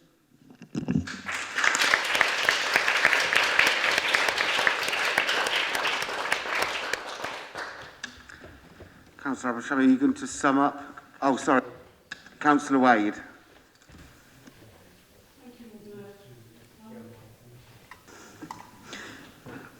My group supports this motion, but the mention of patriarchy concerned me, and I want to speak a bit about this. I'm concerned that violence is assumed to be perpetuated by men against women, which has been the assumption throughout this debate. The Office of National Statistics released a report on 24th November last week for the year ending March 21. In it, female victims recorded are 73.1%, but men are 26.9%, therefore over a quarter. Tonight we're talking about women and girls, and that's right, I have 2 daughters of my own, but we mustn't forget the men and boys who are also affected.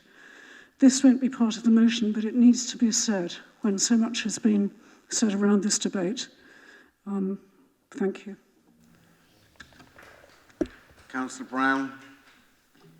I do feel I need to respond to that because this is a motion about violence against women and girls, and I don't think anyone's suggesting for a minute that there isn't such a thing as violence against men and boys, but this isn't what this motion is about. This motion is about a disproportionate domestic violence and sexual violence that is used against women and girls, and is a result of our misogynistic and patriarchal society. And I think it is important that we recognise that. Of course, you know, we know that some men are also victims of domestic violence. That is true, but that is not what this motion is about. And I think it is important that we are able to recognise that in this chamber, and to mark it and to say that we don't accept it and that we will fight against it. I think we've done a lot of work in this council to address it.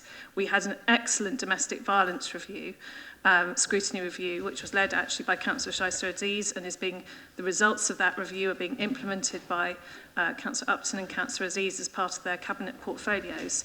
But I think this motion, I really thank Councillor Evan Abrashimi and also Councillor Upton for speaking to it and for all of the eloquent speeches in favour of it. I'm just disappointed and didn't want that to be the last speech in this particular debate.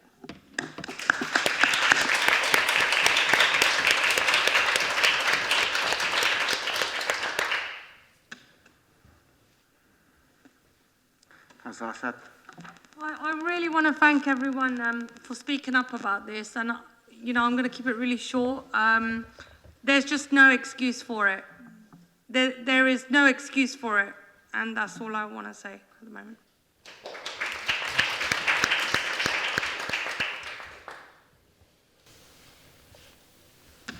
No further comments?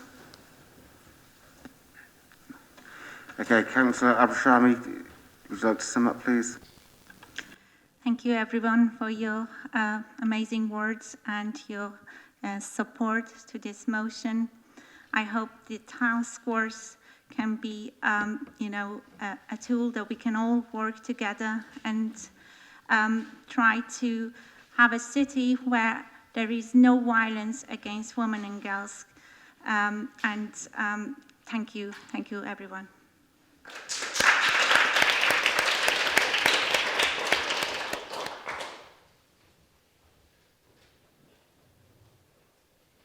Okay, those in favour, raise your hands for the motion, please.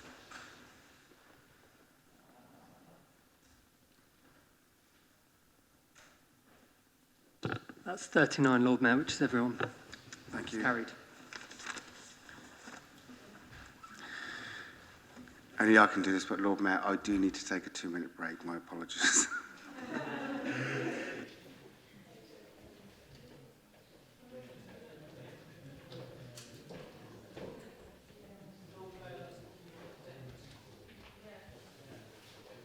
But then I wouldn't be able to participate, so I'm sure if you just wait a minute, please.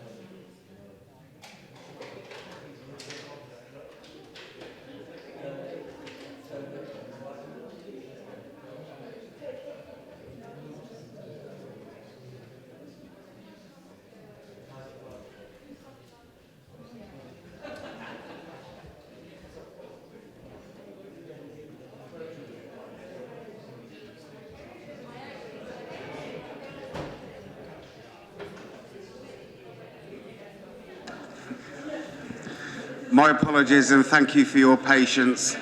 Can I have your attention, please? Thank you. Okay, item C, under the motions, we've got noise nuisance from licensed premises. Councillor Landon Mills, the floor is yours. Sorry, Lord Mayor, I think I'm proposing on behalf of Councillor Miles.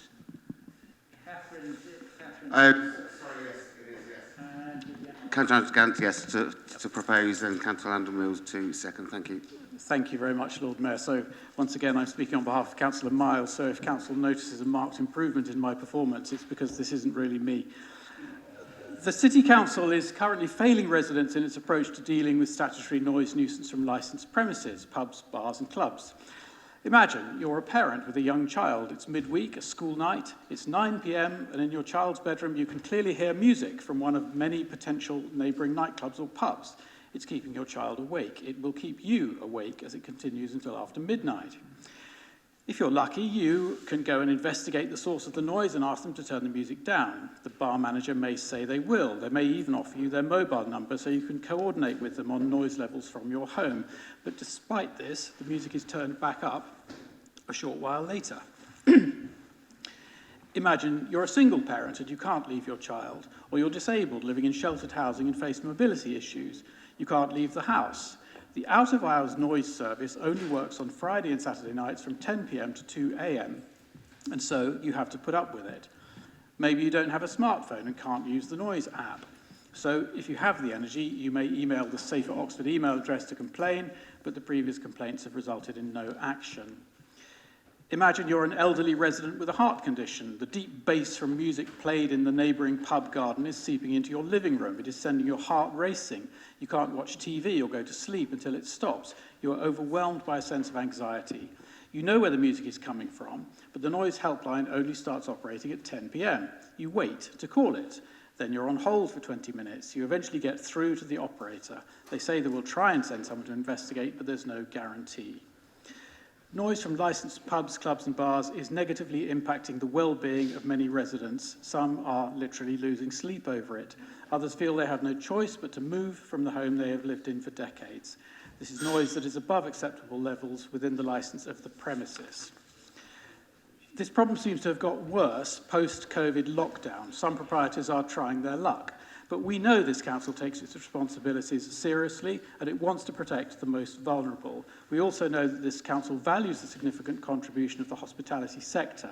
So I call on this council to strengthen noise reporting mechanisms for residents, improve awareness of how to report noise issues and of the council's procedure for handling complaints, and also build the capacity of licence holders to control noise from licensed premises through a series of proportionate and well thought out measures which are set out in the motion. I commend the motion to Council. Councillor London Mills. I'm very pleased to support this motion. Oxford is a busy, congested place where people have to rub along.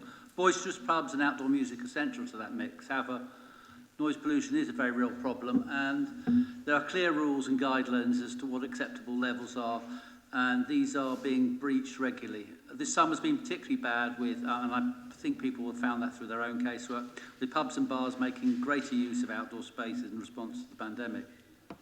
Of course, outdoor entertainment and music are welcome. However, local people's different needs must be respected, and businesses must respect the agreed guidelines. And noise can be a real problem. I mean, it can destroy people's sleep, their peace of mind, and even their mental health. The council city staff are the thin line defending people who are disturbed by noise, and staff have been supplanted and extended by apps and online reporting. These processes have to really be efficient and seen to work. Councillors, I urge you to support this motion. People need effective action, and I commend the motion to you. Thank you.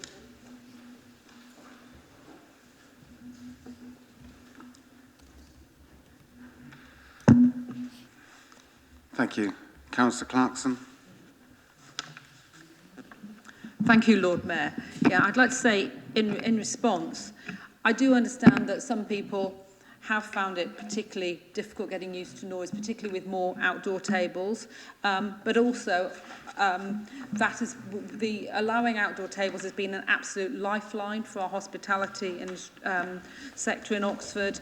It's been hugely popular, and it's also been very popular with people who want to be able to return to eat and drink outside and feel safe. It's brought life and a bit more safety to our streets. I've checked with our environmental health team, and over the last year, they have not received any increase in complaints since the introduction of more outside tables. There have been a few specific complaints about specific premises. These have been dealt with by environmental health, and they've come up with a noise management process. The council does have very robust procedures for reviewing licences and when complaints are made. Whenever a licence is granted, the environmental health team works closely with premises to agree things like noise conditions, when and if windows and doors can be opened. There are noise limiters to prevent the escape of bass and things like that, and things like the peaceful dispersal of patrons, putting out empty bottles. All these are considered whenever an application is renewed or reviewed. You mentioned the noise app, and we do actually, it's very easy, admittedly, if you have the internet, but it's very easy to find the place on the City Council's website, to find the process to lodge a complaint. And actually the noise app has been hugely successful. It means that people can record noise on their phones, on both Apple and Android phones, and it does enable our environmental health officers to respond much more directly because they have got evidence. What you're suggesting has potential budgetary implications, and I would suggest that the budget process and making a budget bid is the appropriate way to address these issues rather than through a motion at council. Thank you.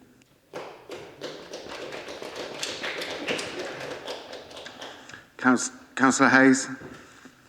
Thanks. I'm going to be very brief because time is short and I can't really add too much to what Mary said there. I thought it was excellent. I think what I've heard tonight is the Liberal Democrats saying that Broadmeadow is a community garden. I've heard them talk about pedestrianisation as being the source of all antisocial behaviour and difficulty in our city, and that really causes me concern. We're waiting for the County Council to come forward with some concrete proposals for Broad Street. We're waiting to hear about their agenda on transport to create a more people-powered city. And what I would love to hear from this bench, is that you're focused on those issues and you're not trying to cause some sort of difficulty.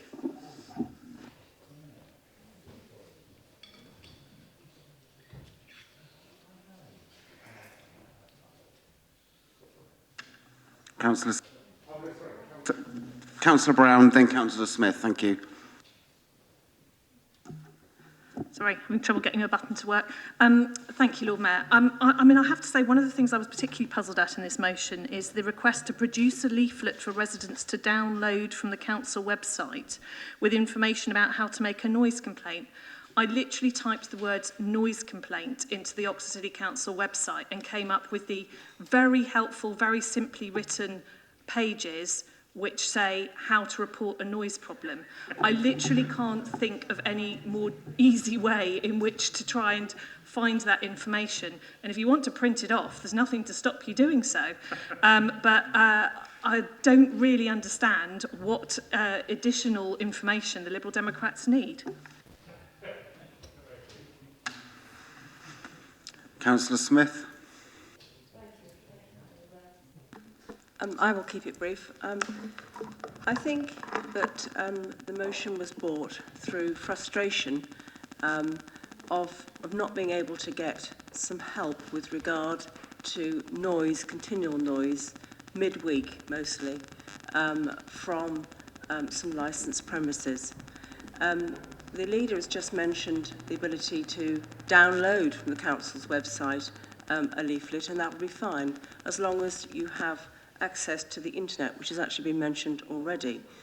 Some residents do not.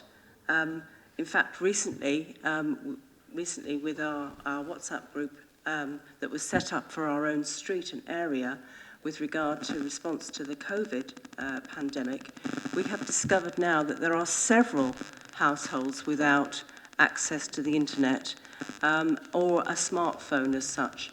So how do they get hold of the information about how to report a noise nuisance? So I think, let's be fair and kind to the person who was proposing the motion, that's what she was thinking of when she wrote this motion.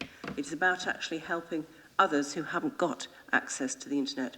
And we have talked this evening already about being fair and open and kind to each other, I think. And I think we should do that this evening with this last motion that we're going to consider. I think it would also be useful to have a leaflet to disseminate to some licensed premises about controlling noise on their premises. I think that would be very useful. I could see several council members actually using that leaflet when they're talking to their businesses nearby. I don't want to see a stopping down of businesses at all. I think we do need to celebrate that we have been able to open and to use their gardens and so forth. So it's not a question of that at all. So I think we can look at this motion and pass it. And I do agree with the leader that perhaps in the next year's round of budget proposals, there will be a small budget proposal as well for something to help with the noise complaints.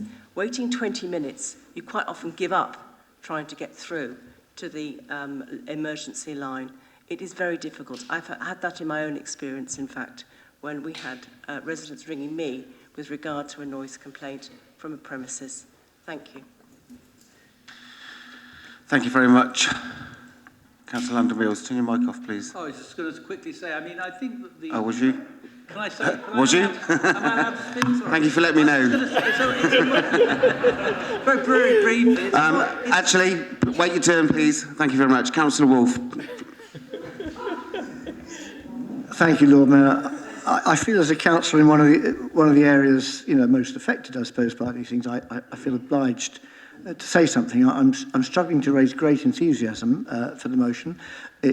Noise issues have been a major burden most of my 12 years as a councillor, and it's always a problem to deal with. I think our licensing team and staff do a good job of trying to deal with licensed premises. I don't think actually the problems are within licensed premises. Once people are out of those licensed premises on the street, well, I think that's where a lot of the problems come from, but how do you deal with that? Police can't deal with it, our community resources can't deal with it, because by the time it's been reported, they've moved on. There's always an issue of student parties, but, how do you deal with that? So I think, it's a very difficult thing to get hold of. I think the app is great. I think we're in a much better place than we were when I was first elected, I have to say. Whether any of the things in this motion would actually help much, I think there is a resourcing issue, perhaps. I'm really wavering which way to go on this motion. I'm still talking myself into voting for it, really. There is a bit of a resourcing issue in that there are people who don't have smartphones or internet connections and stuff who want to get on the phone and talk to somebody, and that can be impossible, and then they feel that they've been badly let down. I think that's very difficult, and whether more resourcing on the helplines might help, I don't know. But that's about as much as I think I can say. We do enjoy East Oxford as well, and it's life, you know. Councillor Landon Mills, you may now come in. Thank you. I was simply going to say that it may be a modest motion, but I think it's an important one because it comes out of our casework, and that's what I wanted to. I mean, it's not the sort of willful or fanciful. It's a response to what we've had people coming to us complaining about, and I think we would be not doing our job if we didn't make this, respond to this. So thank you, and I hope you have a similar case and would like to respond to it too. Thank you. Councillor Cook. Thank you, Lord Mayor. When I ended up living on Park End Street, there were 2 licensed premises, the Queen's Arms and the Royal Oxford Hotel. After 12 years, there ended up being 5,000 places you could resort to until about 3 or 4 o'clock in the morning. My life was hell. I had an absolutely gold standard service at that time from environmental health officers. They turned up every time I called them. We ended up being best friends. I turned up to licensing meetings every time a new license was applied for. They were all approved. I got nowhere. And I had a gold standard service from the officers, even before I was a councillor. That's why I became a councillor. At the end of 12 years, I moved out. And it wasn't as a result of the failure of officers. It was a failure of the national legislation. At least now you have an opportunity to review licences. And that's what we need people to do. Keep chapter and verse, report it to the council. Having an officer there saying, oh, there, I'm awfully sorry, doesn't actually help. Recording those occasions and reporting it to officers is what gets results. And I say that as a councillor who has sat on many licensing committees for new licences or renewal of licences or reviews of licences. If you've got the information there and you've got the evidence, then you can say, sorry, you're losing your licence, or sorry, you're losing those extra hours, or sorry, we're going to slap on these conditions. So it's having that track record, and it isn't about getting a body there to say, oh, I'm awfully sorry. Thank you, Thank you. Councillor Cook. No more questions. No. We've got 1 more minute. We're up to nearly 60 minutes now, so I'm not accepting any more comments. Councillor Gant, do you want to sum up and then we'll vote, please? Yes, very briefly. Thank you, Lord Mayor. Thank you, colleagues, for all the contributions. Just a few things. Dick mentions the noise when people leave premises and student parties. Well, as somebody said a bit earlier in the meeting, real live issues, but that's not what this motion is about. Councillor Hayes informed Council that the Liberal Democrats had said, and I quote, I wrote this down because it struck me, pedestrianisation is the cause of all antisocial behaviour.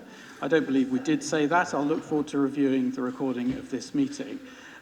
Mary spoke very cogently, as she always does. All I would say, without going into the detail, is that this is about making the system work better. May I speak uninterrupted, Lord Mayor? Of course, my apologies. Thank you. You spoke about allowing outdoor tables as being a lifeline. So this is about just making the system just a little bit easier for them, getting their terms of reference a little bit more fit for purpose. You say there's been no increase in complaints. Well, one of the purposes behind the motion is about making it easier for people to find a way of passing those things on.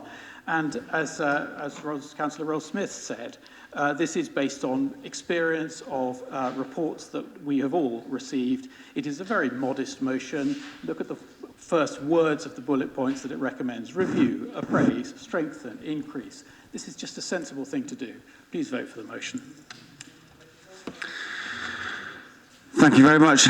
Those in favour of Councillor Gant's motion, please raise your hand.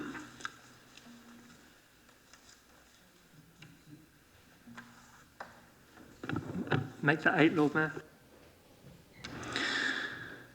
Those against?